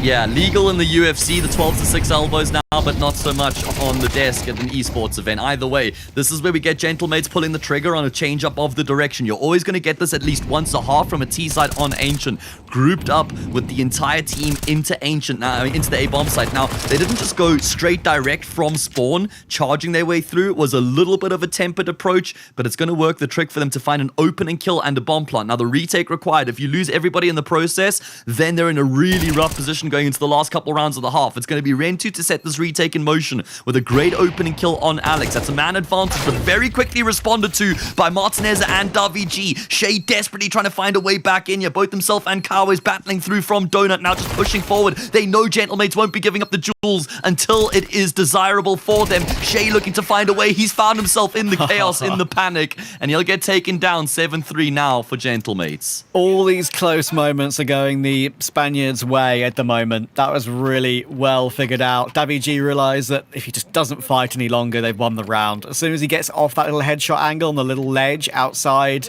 the big box position, drop down, play safe. Knows that he's not going to get fragged from Temple anymore. Made things a lot more comfortable. And that clock being wasted was enough. Shay caught in that Spanish blender. Not the Brazilian one this time. Yeah, I don't even think I know any Spanish cocktails. I mean, maybe no, not even going to try. Never mind. Here we go. Yeah, Gentlemates, again, just grouped up into an extremity of the map. Maybe a little bit of a risk playing against the pistols that they could be pushing into a stack without knowing it, but they've called it perfectly here. Alex has a great read on the situation. 8-3 all but locked in. Individuals now starting to come to life. This is a really good look here for Gentlemates. There was some serious concerns with the flatness we saw out of them on Mirage, but they've pitched up in a massive way here on Ancient. They're about to get themselves a 5-round lead and guarantee an 8-4 half at a minimum going to their CT side. Even an exit kill from the Deeg of David. It's probably not going to be coming through. Very dominant T side. They'll be loving it after what went before on map 1. A lot cleaner. Much less mistakes made. And the smiles are returning to faces.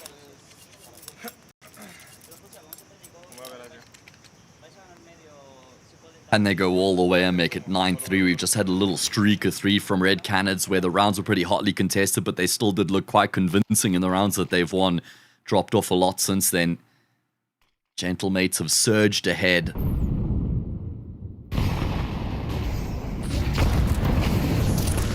Be going back to a bit more of a default-esque approach and big contest in towards middle. It's going to be Shay's spray there to find a second. He's not going to expect Martinez's AWP in position though. Great trade affected by the Spaniard.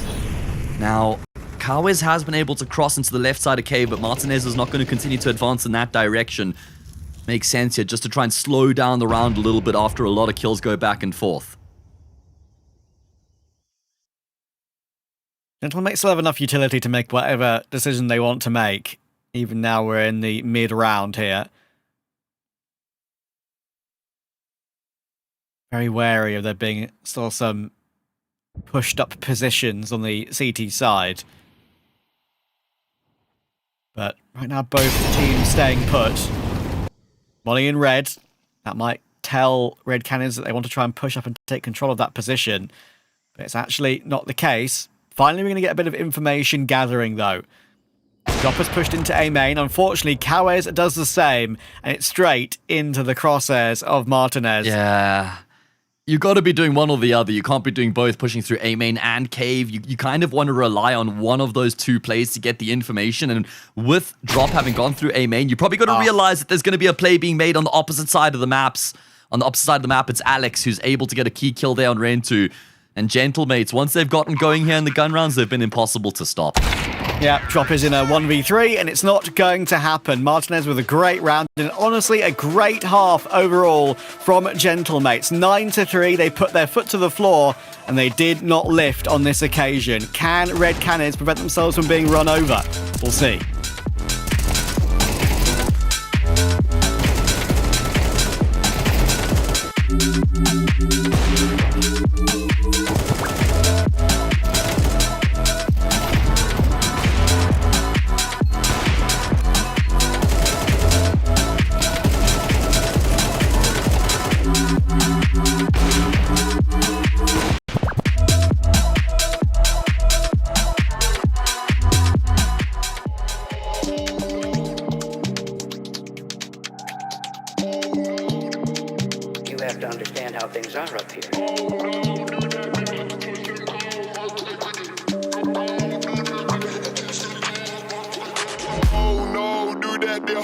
touch them toe, earthquake with it.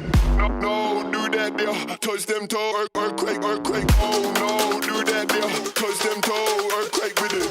No, no, do that there, touch them toe, earthquake.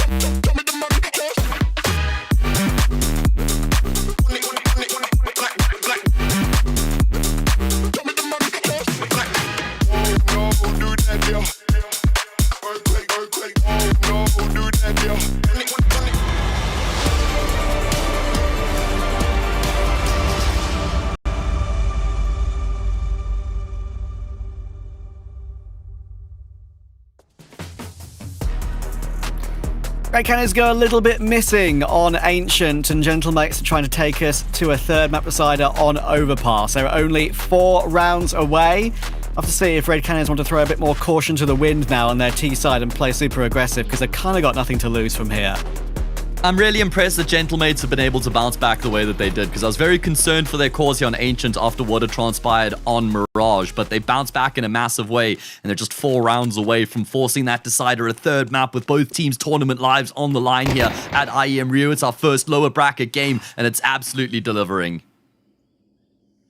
Utility for Rentu, drop, and Kawes, but across the 3, but look at Davy G. Oh, he's going to catch drop, and that is bit of that utility now removed. He managed to throw some of it, but not all of it, I don't think. And Martinez will manage to find Kawes as well.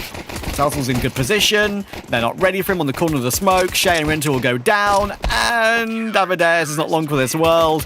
And maybe we're not long for this world in the Ancient world either.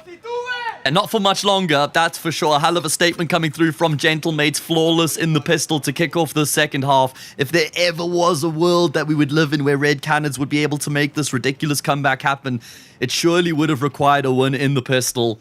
Not even close. As Overpass looms now, about to take center stage here in this lower bracket game. Yeah, there'll be a lot on the line for both. Red Canids desperate to make the most of their home event.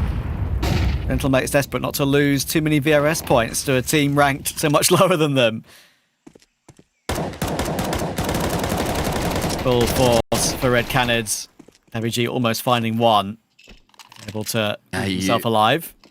You know how I feel about this one, Trav. I mean, I feel like the full eco would have been a better option for Red Canids, and then a buy in the next. It wouldn't have been great, but with the force here, it means they're not going to get a gun round before Gentlemates get up to 12 if this force buy doesn't find success. I don't think there's a huge difference between 10-3 and 11-3.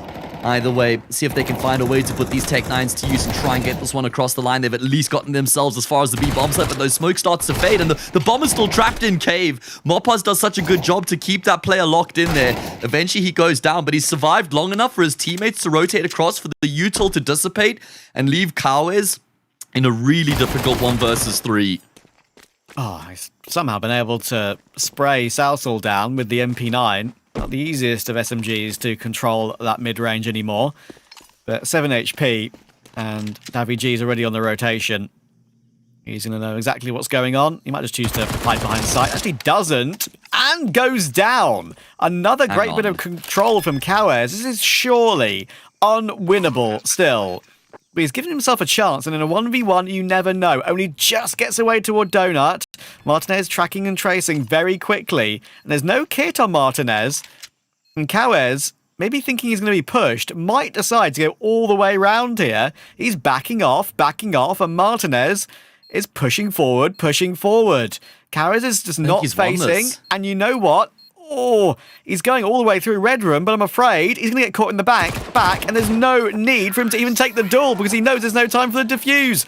Doesn't matter, he still finds the kill, and that is an incredible clutch from Cowes. Some ridiculous game sense to go as far back as he does, all the way in towards Elbow, and at that point, once Martinez sweeps forward and he doesn't find him in Donut, he's thinking, well, this guy must be wrapping around through Red Room, and like you say, without a kit, Martinez is almost as counted out of the round after he goes in that little venture and he's not able to find Cowes. That's a ridiculous clutch. I mean, he gets 2 kills with 7 health. The fact that he gets that second kill on that A bomb site player was the key kill there to even give him a chance there with the bomb plant in the post plant. And maybe, just maybe, that could be the lifeline here for Red Canids. There's still an extremely long road back, but that will give them some hope. Absolutely no idea how he's pulled that one off. That is a 1 in 100, if not more. And you knew that Martinez knew he was low because that's why he ran through CT, because he just wanted to force the duel. He wasn't worried about Cowes knowing where Martinez was coming through from. That's why he just ran at him. But Martinez couldn't catch him in time. You got to string consecutive rounds together if you're Red Canids, and not just 2. You're going to need a streak here if there's any chance. Yeah, after that success, if you were to fall now, it would be really painful. And look at the damage from the 5.7s. Alex has found an AK. It's all falling apart again. Surely not another MP9 clutch. Go on. Why not? Immediate bomb plant. Cave is blocked off by the molly. And he's planted open for CT. Got 2 flashes. And again, of course, considering it's a full force from Gentlemates, there is no defuse kit, but there are 3 players this time and 2 rifles picked up. What can new boy Rentu do? There's one. As Martinez are looking for the information, he'll go down for it. Little jiggle. Smoke on the bomb will make things awkward, though, and he could be rounded from the left in the second or 2. Spray in the smoke almost connects, but it was a fake in the end. Actually, Alex came off that defuse, but even though it's a nice try, there'll be no MP9 masterclass on this occasion.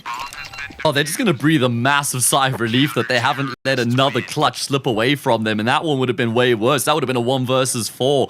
Great job from Gentlemates to bounce back immediately after having lost that 1v3, just battling on the front lines here in towards middle, charging at Red Canids, who had put themselves in positions where they were susceptible, they were vulnerable to those early duels being taken. It's exactly what Gentlemates were relying on. Thick and fast, just overwhelming any players that they come across. And now Red Canids are straight back to square one and on the brink of losing the map.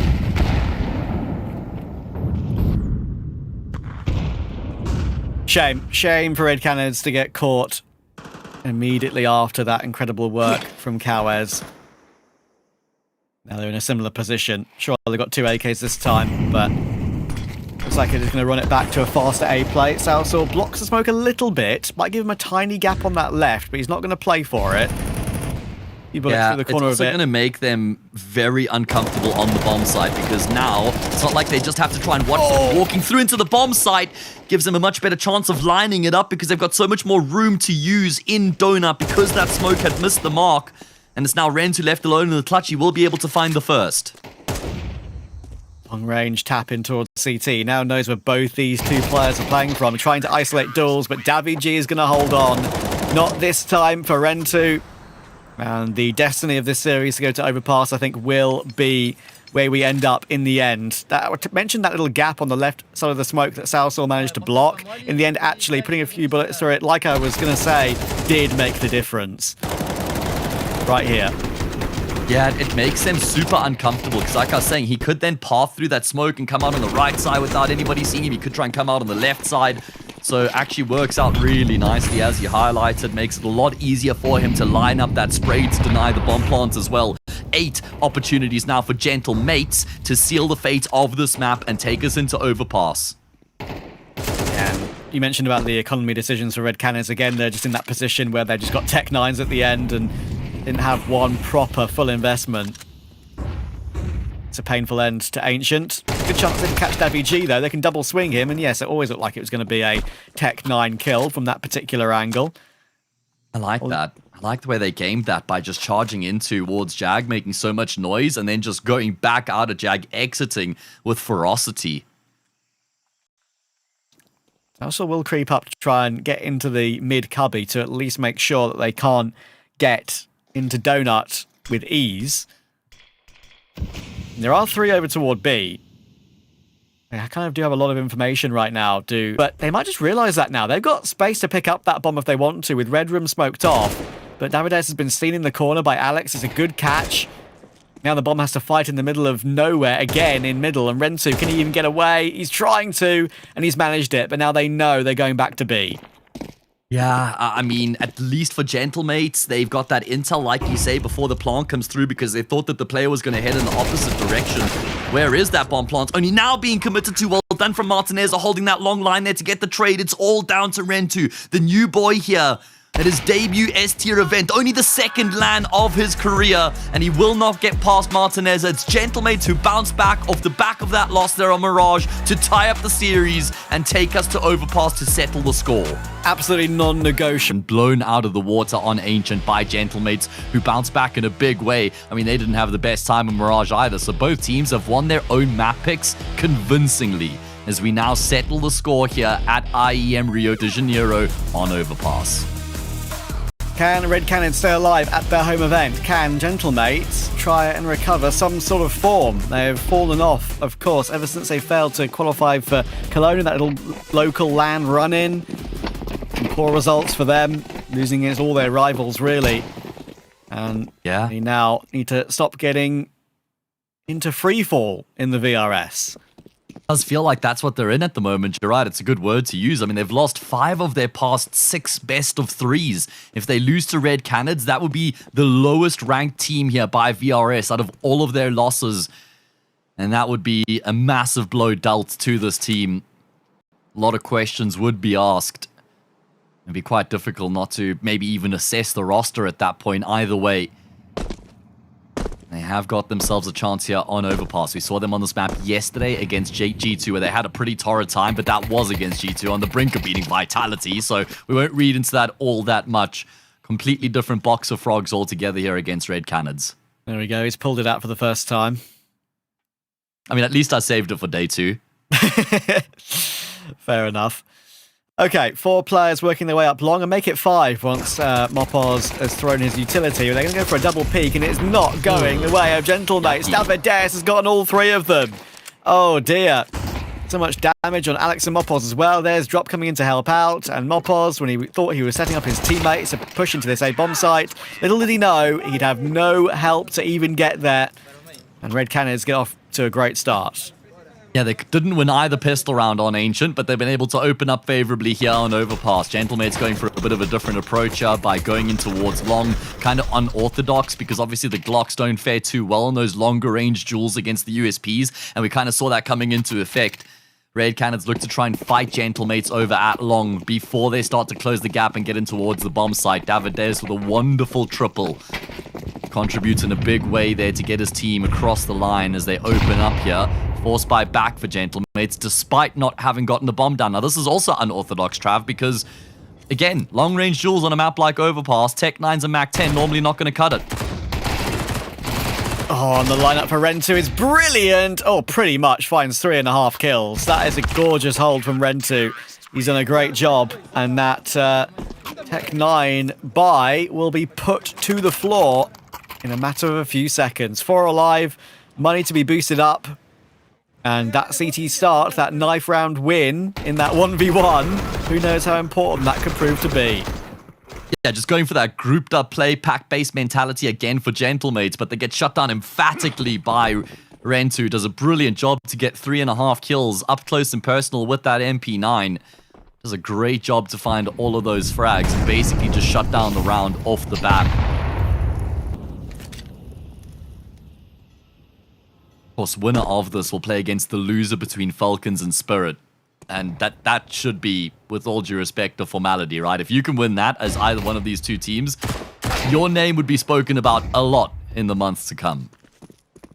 Rentu gets a little bit overconfident there, thinking he's got a Glock to face in the playground position. Feeling it, isn't he, after what happened in the previous? Don't blame him, but Southall does put him down. To be a little bit careful they don't lose too many bodies in what should be a guarantee of a round.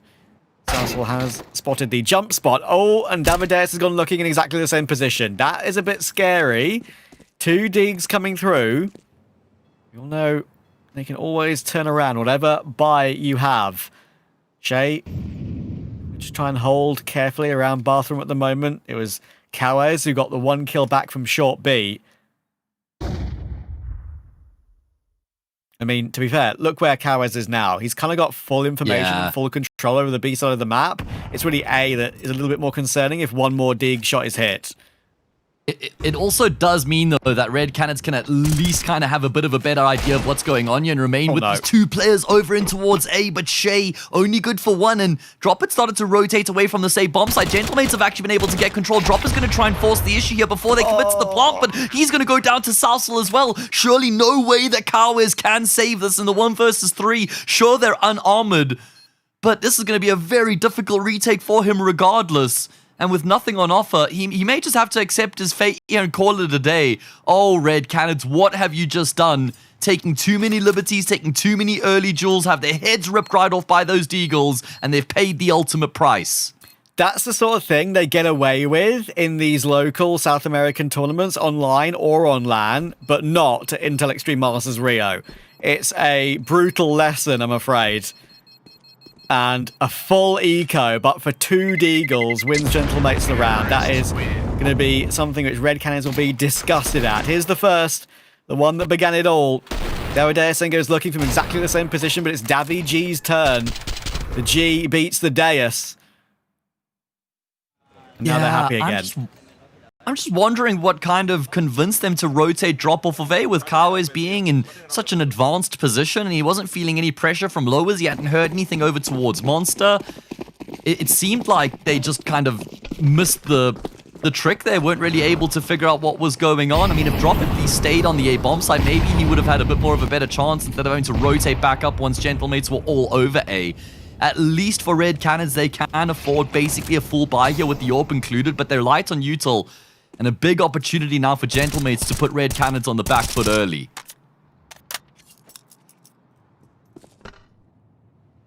Oh, so painful. Shay could maybe argue was a little bit unaware as well with how he played around that bathroom position. He heard the connector rotation but didn't manage to realise that bathroom was taken. Never got any info on that one. Here he plays this one correctly though. We'll put a smoke down on Divider. Keep himself alive. Nobody in any position to quickly rotate up here for for Red Canids. So Rentu and Shay got a hell of a job to do between the 2 of them, and it's going to be Shay who spills some blood with that first frag found. Rentu has been forced back to this next checkpoint here, but he can't connect on a shot. Now he's kind of trapped in the corner, relying on Shay to maybe provide some sort of cover to give him some breathing room. Davideus is going to be the one to rotate up though and provide that support necessary. Rentu lives to tell the tale for now, but the job's not done just yet. Shay's in the corner, going to peek on a random timing as he hears Mopos stamping his way up. Now Martinez might be able to find Cowes, but it's a very difficult 1v2. I say that, I mean, they're both low, but it's the time which is the issue, and the bomb is so far away, and I think he might be calling it off. Maybe not as much confirmed damage there as we maybe expected. It's the clock that really is against him. So he'll keep hold of the AWP. Oh, Red Canids get away with one there. That was definitely very nervy, and fair play to them for holding on after the disappointment of that previous round. Shay does well to stay alive. Rentu does very well to stay alive. He's missing shots, but look, if you're missing shots, you can still play for your team. And he did exactly that by staying alive that long and waiting for the rotations up toward A. Yeah, because his presence alone then enables Shay as well to get that first kill. Then it enables Davideus to also get a frag. So you're right, him just staying alive certainly helped his teammates out in terms of getting the kills that they did. Really good stuff there, and it's the best way to bounce back. Just immediately put those demons to bed from losing to that eco immediately before that round. Regaining control, and it will settle them back down here once again. Yeah, they need to be settled after what has gone before. And knowing these teams' struggles on Overpass, they both have exactly the same record, and it's not a great record either. They're going to want to try and get as many CT rounds as possible. Yeah, actually, Red Canids have a lot better T round win percent than Gentlemates do. Big discrepancy. They played exactly the same amount of games, won the exact same amount of games, and lost the same amount of games. But the T round win percent for Gentlemates is 36. For Red Canids, it's 49. Sure, Red Canids are mostly playing local South American opponents, but still. When every round is worth its weight in gold in this first half here for Gentlemates. Can they keep up the trend of going back and forth, or can Red Canids double down here, get themselves up 4-1, and Anti-Eco would follow? That would be 5-1, you would imagine. But as we've already seen here on the map, you can't take anything for granted. Be a great way to kick off this deciding map here for the hometown heroes. Now there's a lot of space in towards bathrooms and banana for Gentlemates to scale up through and towards the say bomb site. Both Shay and Rentu have pushed up long, and they're in the long side of toilets, but they can't do anything about stopping Gentlemates from actually getting on the bomb site here through bathrooms. And they know that Long is definitely exposed, and Rentu, that's a really good molly coming through to block him off. Drop will manage to get one, but Mopaz will run him down with the Tech 9. A fresh re-smoke in toward Green Bin as well. And Red Canids are kind of completely locked out of this. You know that Rentu was toward Long earlier.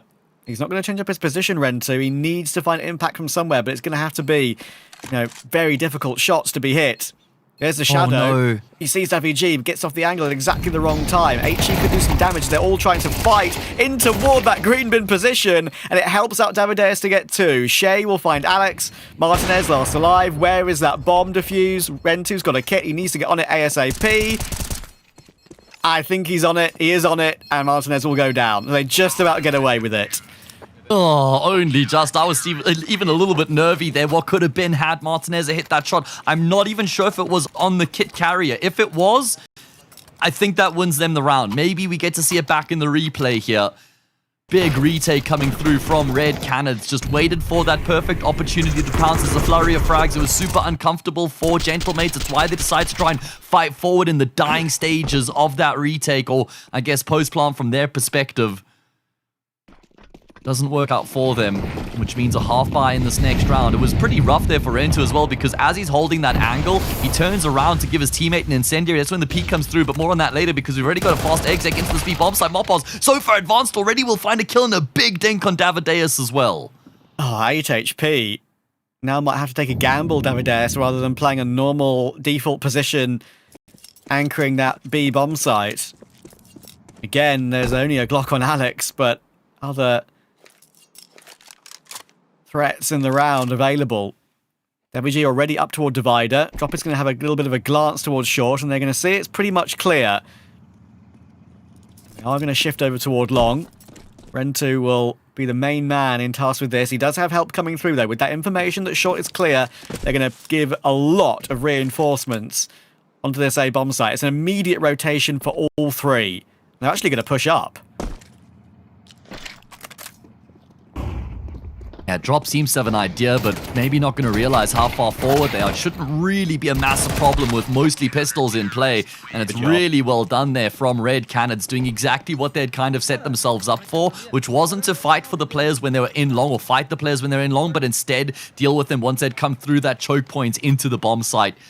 And it's just a bloodbath as they slaughter the Gentlemates players on entry, and do get themselves up 5-1. So the only blip on the radar for Red Canids here on Overpass so far was that hard anti-eco round they'd lost. They've been really good since then as they start to tear ahead on the decider.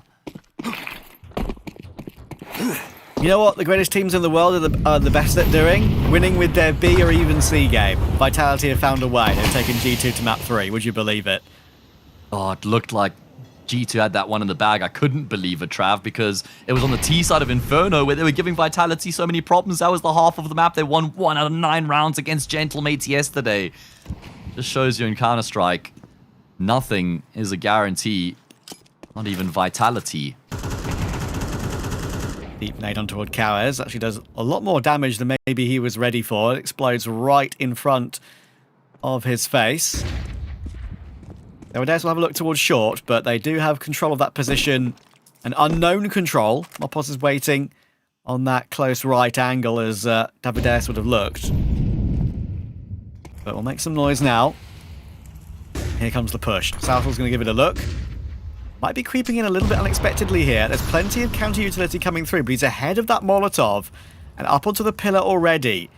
This is a lot of progress that maybe Red Canids are not aware of, but they aren't going too aggressive. They're waiting for that smoke to fade and waiting to see if it exposes a Gentlemates player.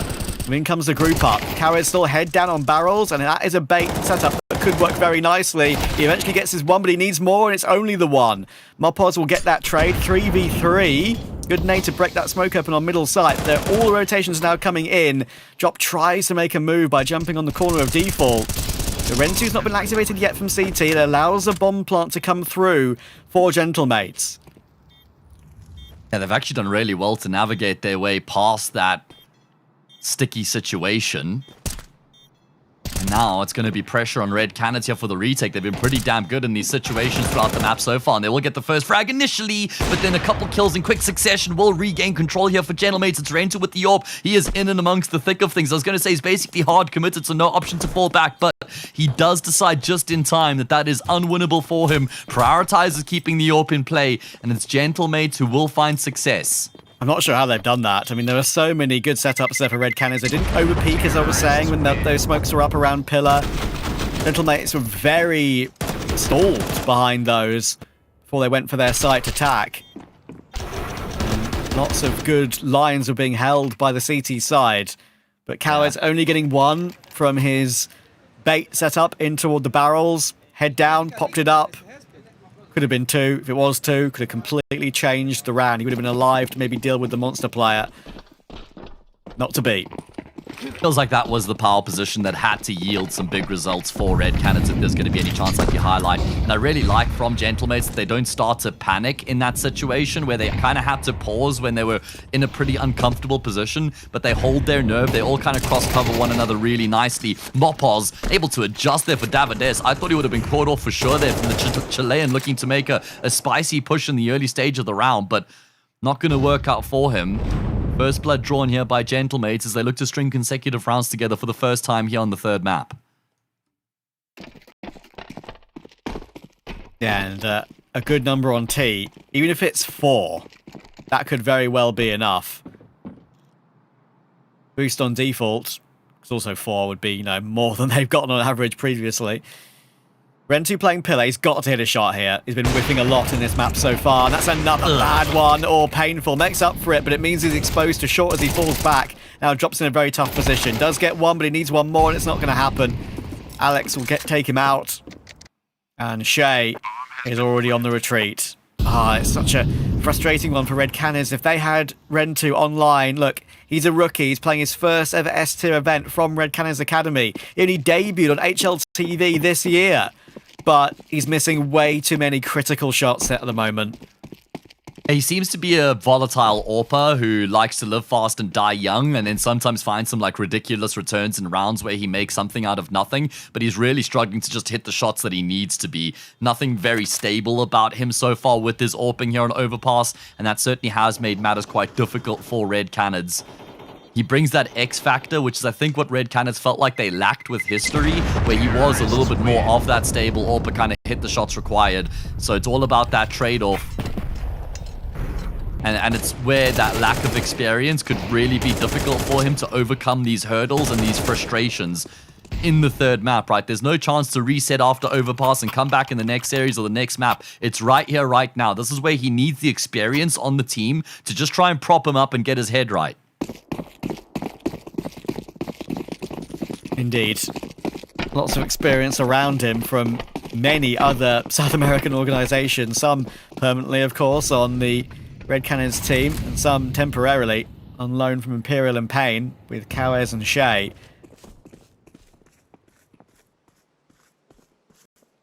Gotta try and find a way to win a round like this, you'd think, at this point. Otherwise, Gentlemates will be right with them at 5-4. 5-7 close range, long Barton. They are clearing it properly, but very close range. Always so possible to die in one click to that pistol. Double flank through Con. Rentu. They'll try and bait for Shea. Shea has been seen, but Southall goes down. So they have wrestled a man advantage. But they now know there's at least one on the flank, and that M4 that would have been saved is in that position. It's a really awkwardly poised round here right now, almost for both teams, this big double flank. I mean, Gentlemates have got some control over towards long with 2 players. It's tough for Moppas to join up with them, though, because the door here is closed. So you then have to give up the audio cue if he was going to try and connect the dots and join with his teammates. Time starts to dwindle, and Gentlemates have got to make some decisions. Rentu is just going to try and avoid the duel there. That makes a lot of sense. Like, that's some really good decision-making there from Rentu. Having to draw Mopaz all the way out. Now he's got to set up here with the teammate. Himself and Shea in position, and that will enable the trade. Yeah, an important one. Rentu had no armor, so he's always not long for this world in that position.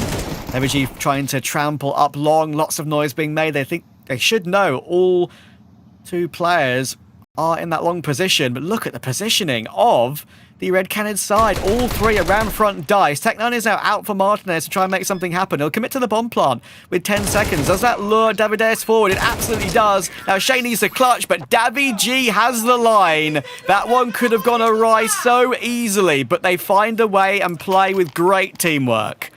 Yeah, and DeLonghi, the coach, who's normally a super composed figure, is even feeling it. He was saying, that's hot there, WG. We love getting that out of you. More of that, please. So, fantastic multi. He provides the cover necessary. Smoke on the one side, WG covers the other. It felt pretty telegraphed that they would have had to have swung that side of the dice to try and deny the plant on Martineza. And I know it's a difficult thing to figure out in the moment, but probably phasing through the smoke would have been the better option. I mean, obviously, hindsight has 20/20 vision, but well figured out from Gentlemates. They were constantly chasing the game in round 9, but they were still able to get it anyway. It was like they were tripping over each other a little bit there on front default on that dice position. They were so desperate to not die one by one and play together and not get, I guess you could say, go for those pushes through smokes or make some bad mistakes. In the end, they did push one by playing too cautious. That's crazy. Davy G with a great hold. But you can definitely say Red Canids could have played it better. That's what comes with experience. That's what comes with being the biggest underdog of the entire tournament. You can never always get those rounds in your favour when you lack that LAN experience at big events. There's also that pressure here of Red Canids with this being a home event, because that'll always just make you want it that much more. It's going to be a bit of a change of pace here from Gentlemates, looking to go through the monster tunnel. It's a really good flash to blind up Kawes. Initially, Davides now the last line of defense here with the Famasi is only good for the one. Gentlemates assume full control of that B bomb site. Great job there from Martinez to sweep the back lines out as well and clean up Shea. Yeah, that was a big one, actually. If Shea wasn't heard at any point, that could have made such a big difference in the round, even from a disadvantage. But he heard it early and caught it early. And all of a sudden, I said that 4 would be good on T-side for Gentlemates. Well, they're going to have 5, and it could even be more than that. They could even win the half still. Yeah, like 4 is the baseline to feel like you're still in the game if you get 4 from the T side of Overpass. 5, you're probably the slightly happier of the 2 teams. Anything more than that, that's just gravy on the meat and potatoes. Eat that up every day of the week. What's the Brazilian version of that? Ah, that's a good question. Some sort of a... I was going to say salsa, that's more Mexican or Spanish, I guess. Terrorists win. Damn. No idea, Trav. I've stalled you. Got me I've there. stalled you. El Bozo. What a performance from Gentlemates on the recovery.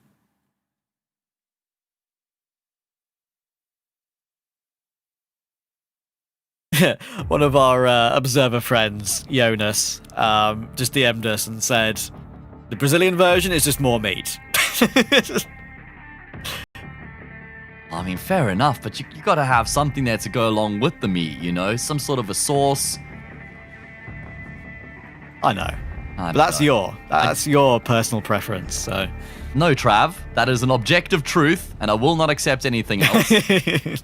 Universal. Fair enough. Either way, Gentlemates are dining on the Foxes right now. Looking at the state of the finances, I think Red Canids may even have to eco around the couple guns that they carried across, so it feels like Gentlemates are on course to now go up to 6. Done really well to gain their composure. They were down 5-1 at one point. They've won 4 in a row in convincing fashion since then, as they're now in control. And these are the sort of rounds where you can maybe forgive earlier errors from Rentu if he's able to win a round like this by himself. With a saved AWP. Can he get into the round in any way? Can he boost it up on long? Hold that rock angle. It's a very basic position to play with the AWP, which you're not expecting really to multi-frag from, especially when there's plenty of util on that T side.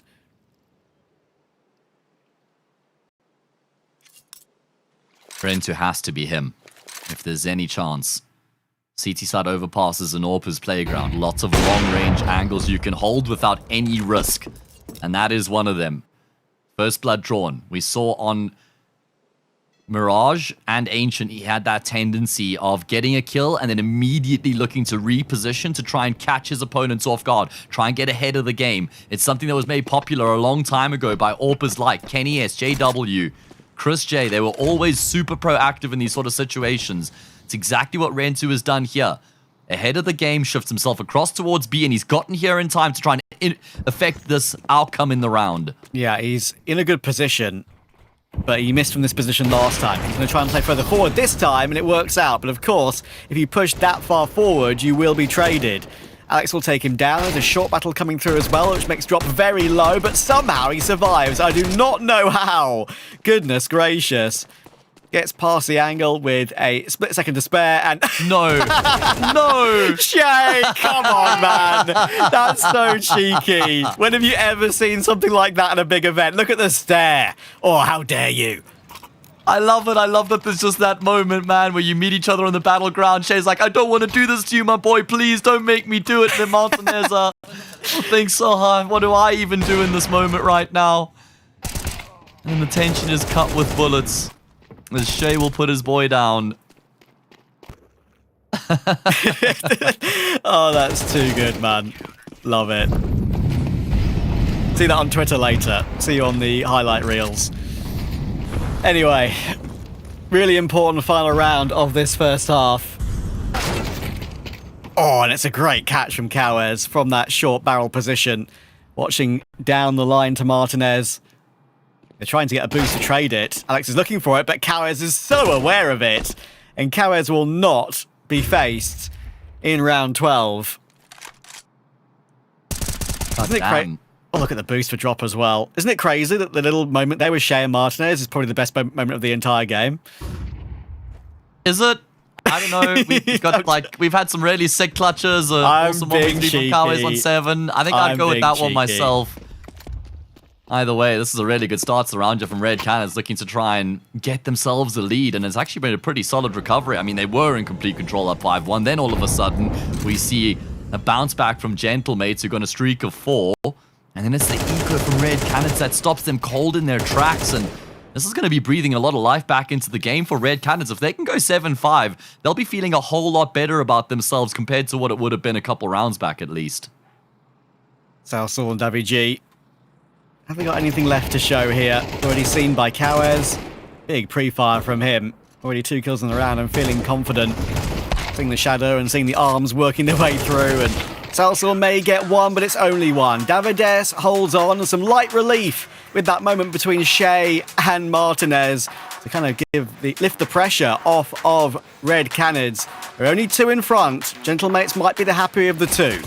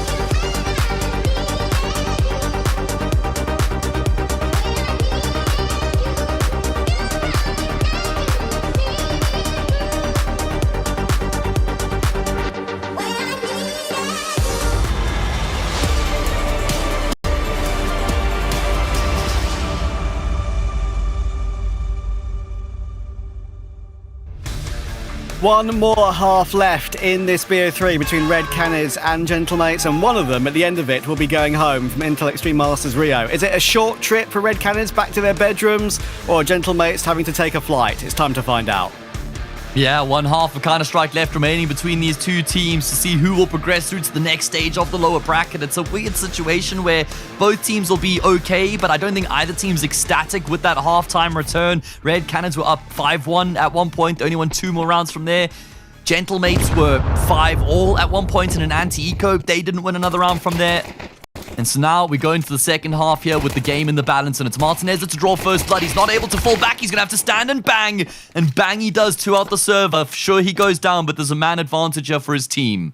Yeah, that's absolutely perfect return, really, when you're getting run down like that. He's done well. Bomb now just waiting in connector.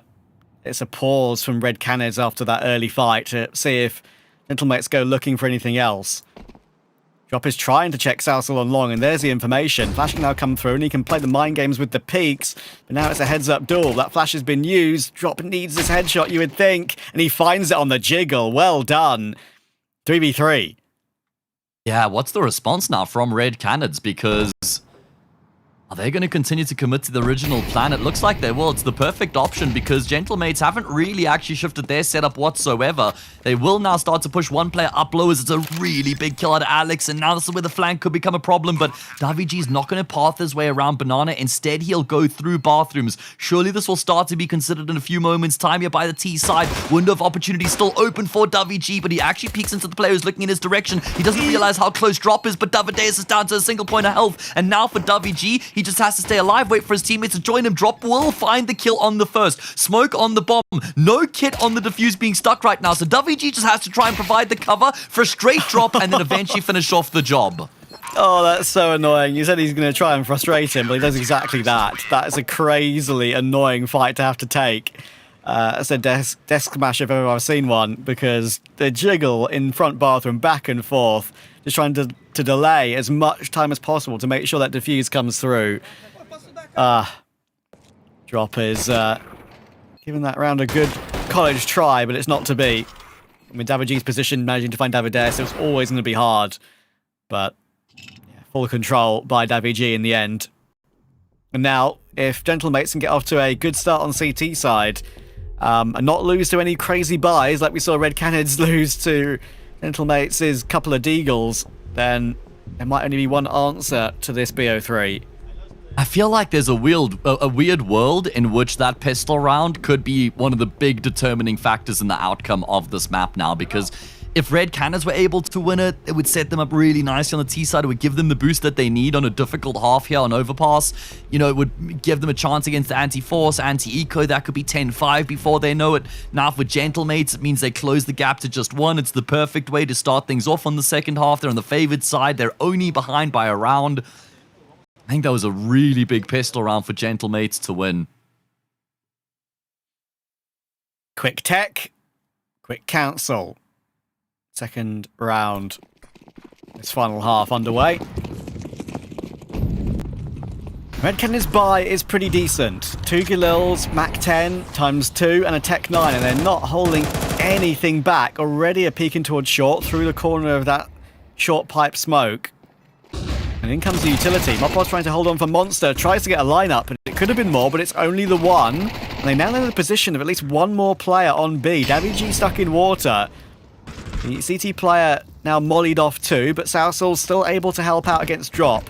Is there a way to get the bomb plant? Maybe not, because look at the damage coming through to Rentu. It's a great kill from Kawes, but breaking through now seems impossible. And as soon as that smoke goes down, Salsal puts a few more bullets through it. And Rentu has no say, and nor does Kawes. Well, Sousal in heaven is gifted by God with a couple of those kills. So some perfectly timed sprays, frags through smoke there, just chops Red Canids down at the knees. Felt like they were in a pretty good position once they get that initial kill to enter in towards that B bomb site, but not able to get past God Sousal himself. Powers, last man left alive, but not for much longer. And the force buy is unsuccessful. Only 2 kills and no bomb plant. Gentlemates have tied up the scoreline here once again on the favored side of the map. They're going to be feeling the more comfortable and confident of the 2 teams to get the job done from here. They really struggled on CT overpass against G2 yesterday, but that's G2 for goodness sake, who are really giving Vitality a run for their money right now, so you can't really hold that with too much weight. They should be the favourites from here. Now it's Red Cannon's turn to have 3 or 4 Deagles in a round that they should never win. Maybe they can even up the scoreline at 1-1 in that battle. That would be something, but I heavily doubt it. Oh my. When you approach it like this as Gentlemates, you're kind of asking for trouble because you're giving up these early jewels against the hand cannons. Thankfully for them, they have been able to get the kills necessary to just immediately shut Red Canids down. I mean, I would say overzealous here from Gentlemates, but they'd say we're just looking to blow them out of the water. Yeah, sometimes sitting too far back can be a bad move too, but in the end, who cares? They are going to close it out. Getting ever closer to eliminating Red Canids. And I'll get back into the lead again. Shay, Suckin Monster with the Deagle and the bomb. There's everyone in position to put a stop to it. And go WG. He wants to put an end to this, and in the end we'll find the kill. So now the gun rounds for Red Canids really are going to be what will matter. I mentioned it earlier, their overpass, it's, you know, it's okay. It's a very middle ground map for them, but they have lost 4 of their last 5, including 3 of them against 9Z. 1 win and 2 losses. Lost to Glories as well at that Circuit X Bet Boom LAN event. Definitely not a result they would have liked because that's a game they should be winning, really. See what they've got. If not this gun round, then when, Trav? If not this gun round, it's going to be extremely difficult to navigate their way back into the map from here. A lot of pressure riding on Red Canids here in this moment. Nez has got the AWP in the server as well. We've seen how deadly he's been in this tournament with the sniper rifle, especially against G2 yesterday. If he can invigorate some of that form here on the CT side of overpass, he could just be the judge, jury, and executioner to dictate the outcome of this map. Fresh re-smoke on Monster that's just been thrown through, but Martinez pretty lucky to not go down in Divider there. In the midst of his fallback, he throws spare util over to Sousal. Drop is up in a pretty decent position. Sousal will now push forward. Completely blinded though. Great flash from Rentu. That's the sort of thing that is very hard for him to do as a new player in the team. That support utility as well as performing on the AWP. That's a great one there. Alex will now try and deliver himself, but Drop is still waiting on that angle. Alex had to go looking, gets punished for it. And this is a very convincing T round here from Red Canids. Yeah, very much so. I mean, they've checked all the right boxes in this round as well. It's been a really good display in terms of how they've gone through the different motions, how they've kind of been able to progress, get control, pause, set themselves up for that next objective. Good utility usage. They forced Gentlemates back successfully. They've hit some good shots. Drop was the one who was calling the shots here in this round, and he's also been the one who's connecting on them as well.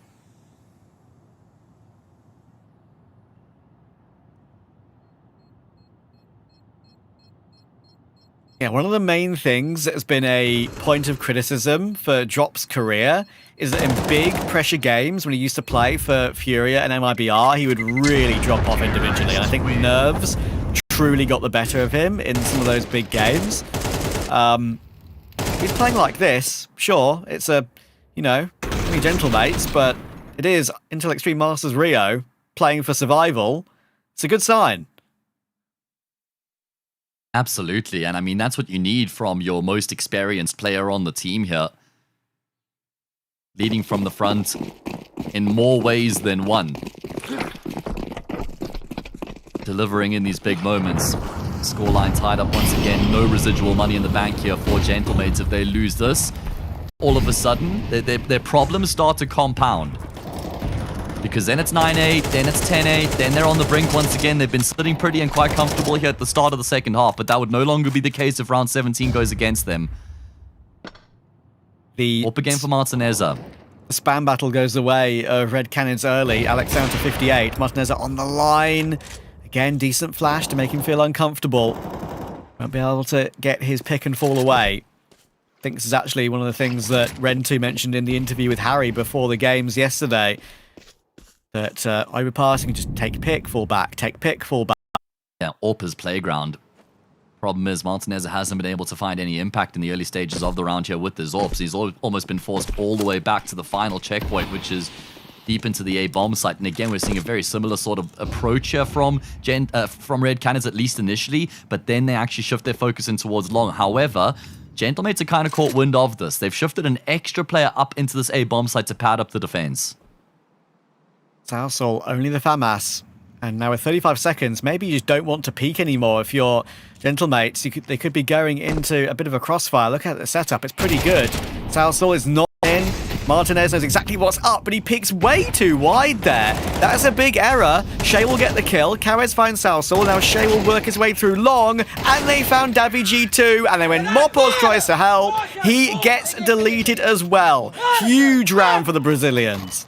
And they're getting loud as well because they recognize how important that round is. I think Martinez kind of gets a little bit hard done by because when he jump peaks, he doesn't see anything. He doesn't spot the player deep in towards long. He doesn't see the player who's hugging the wall either. And that's why he commits to the wide swing, I think. And then all of a sudden, Shay is just on his screen. He's like, where the hell has that guy come from? And Shay has a huge moment as he cuts Gentlemates down. Frag by frag, he's up to 16.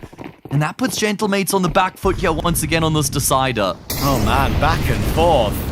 This is the Shay we see farm in Tier 2 South America.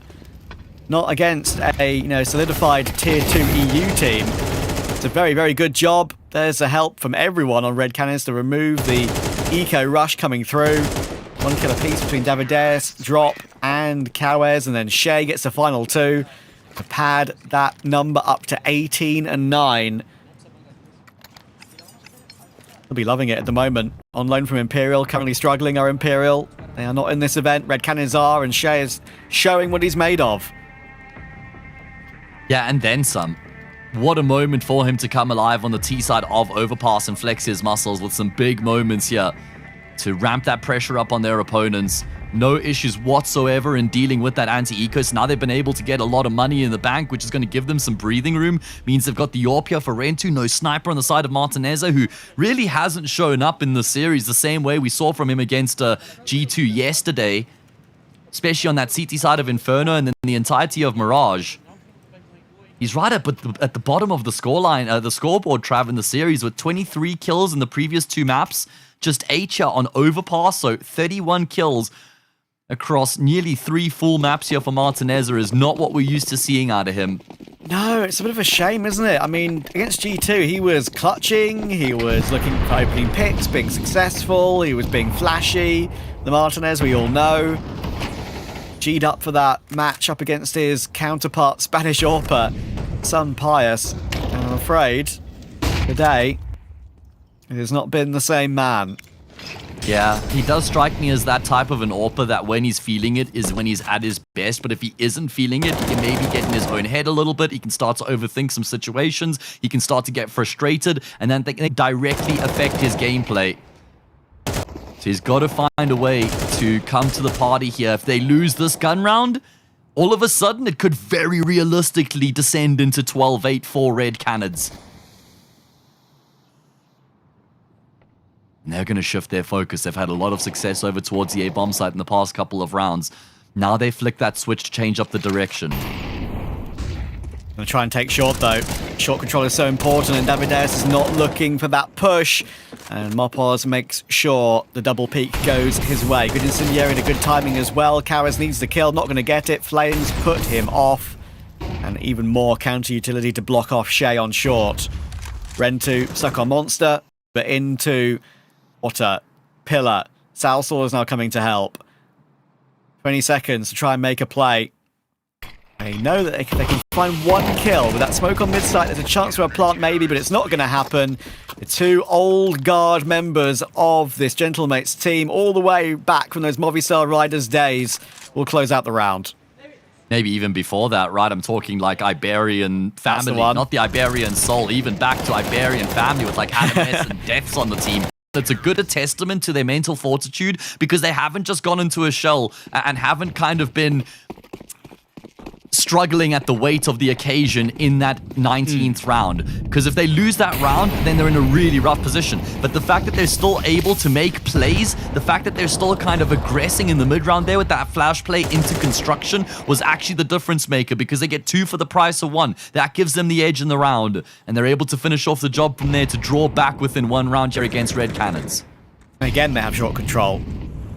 Took a bit of damage to the molly to go for that run boost to grab it, but it's worked out well. I'm not sure Red Canids know how to dislodge that at the moment. Usually if you try, you fail. And Mopaz and Dari G have a setup like this. See if it makes a difference. And see if they even budge from it, because they are going back toward Monster. Of course, there's actually no one playing Monster in this round because of that double short setup. That's why David G's looking toward the cross, and he gets his 1 frag.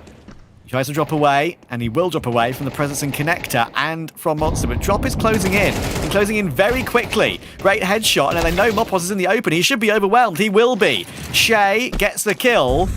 Suddenly, B is open for business. Quick flank down Connector, but it might be too late. There is one more rotator, though. Martinez has got onto site in time with 30 seconds left.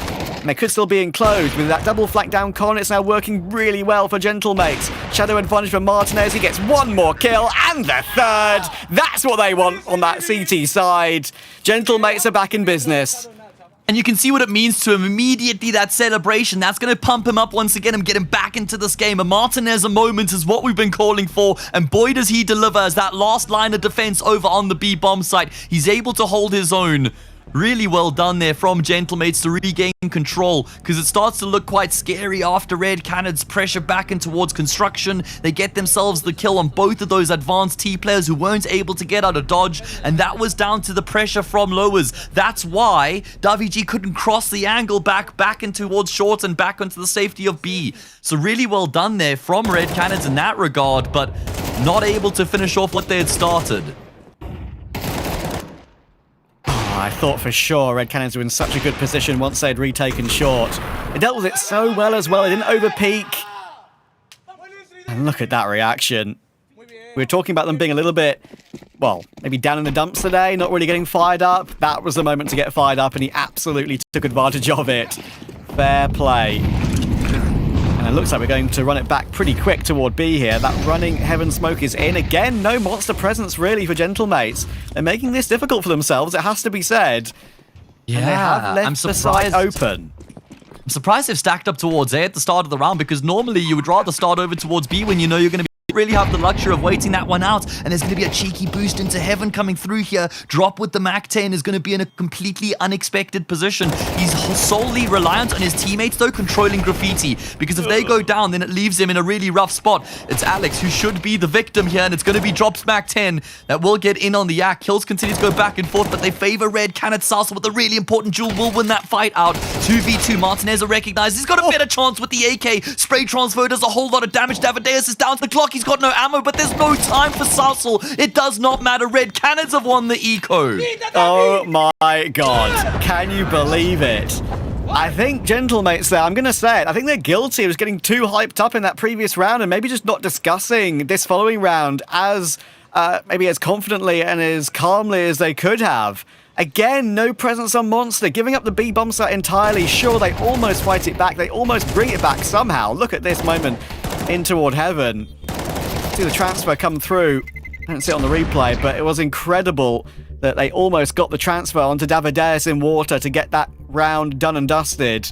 As it is, having to retake is just too difficult for them, and Davideus holds on just by playing time. Normally the thought process is start with a stack on B or leaning into towards B. And then if you don't receive early contact, then you can start to shift players off one by one to pad up the defense on A, because you can't really rush A without giving up that game a long way before you're actually even going to be threatening getting onto the bomb site itself. So it does feel like there's just completely overthought that situation, made a big mistake. And Red Canids have punished them massively. They have a chance to put the series away, Trav. If they win round 22, there's no money left for Gentlemates. It would be down to pots and pans, rusty ones without handles, to try and keep themselves in the game. Red Canids on the brink of surviving their first matchup here in the lower bracket and eliminating Gentlemates in the process. Again, short control as possible for Cowers. He gives it a little bit of a mini glance and sees there isn't anyone on a boost, so it's easy intel. But they're still focused on taking Bathroom slowly. That's what T-side overpass is all about. You can't really take too much fast control unless you rush B like Red Canids did in that previous round. But again, they're not being slow about this. Yes, Orp Good position. is going to be run down on Martinez, surely. He gets his one, but there's the reface, and Shea is looking clean with it again. No mistakes from Shea Jesus. And now 4v4 working his way through. Cowers is still being a menace over toward that short position on B as well. The Bombers now going to make a play. The back position of Alex with the FAMAS is still standing, and they've got Salsal on truck with the M4. They're not fully committing. That smoke's going to fade. They're playing very patiently here. Will that go in their favour? With those pieces of utility now dissipating, Alex will get a freebie. The bomb can be planted, and they will be able to play from that bathroom position, but they're being a little bit dangerous with how they're pushing forward. And Shea gets 2 headshots to add to his tally, and it worked to perfection. They're now on the brink, and I actually really love that they'd slowed things down there, Trav, because at that point, Gentlemates didn't know, wait, what's going on? Because there's pressure short into the B bomb site. There's pressure bathrooms in towards A. Where's this round going to end? We can't afford to actually just rotate straight up to A, and that then delayed the rotations. Sure, there was at least a kill from Alex. That gave them the man advantage, but then a flurry of frags here. Shea just surgically precision. He may no longer have Jesus in his name, but God is still on his side.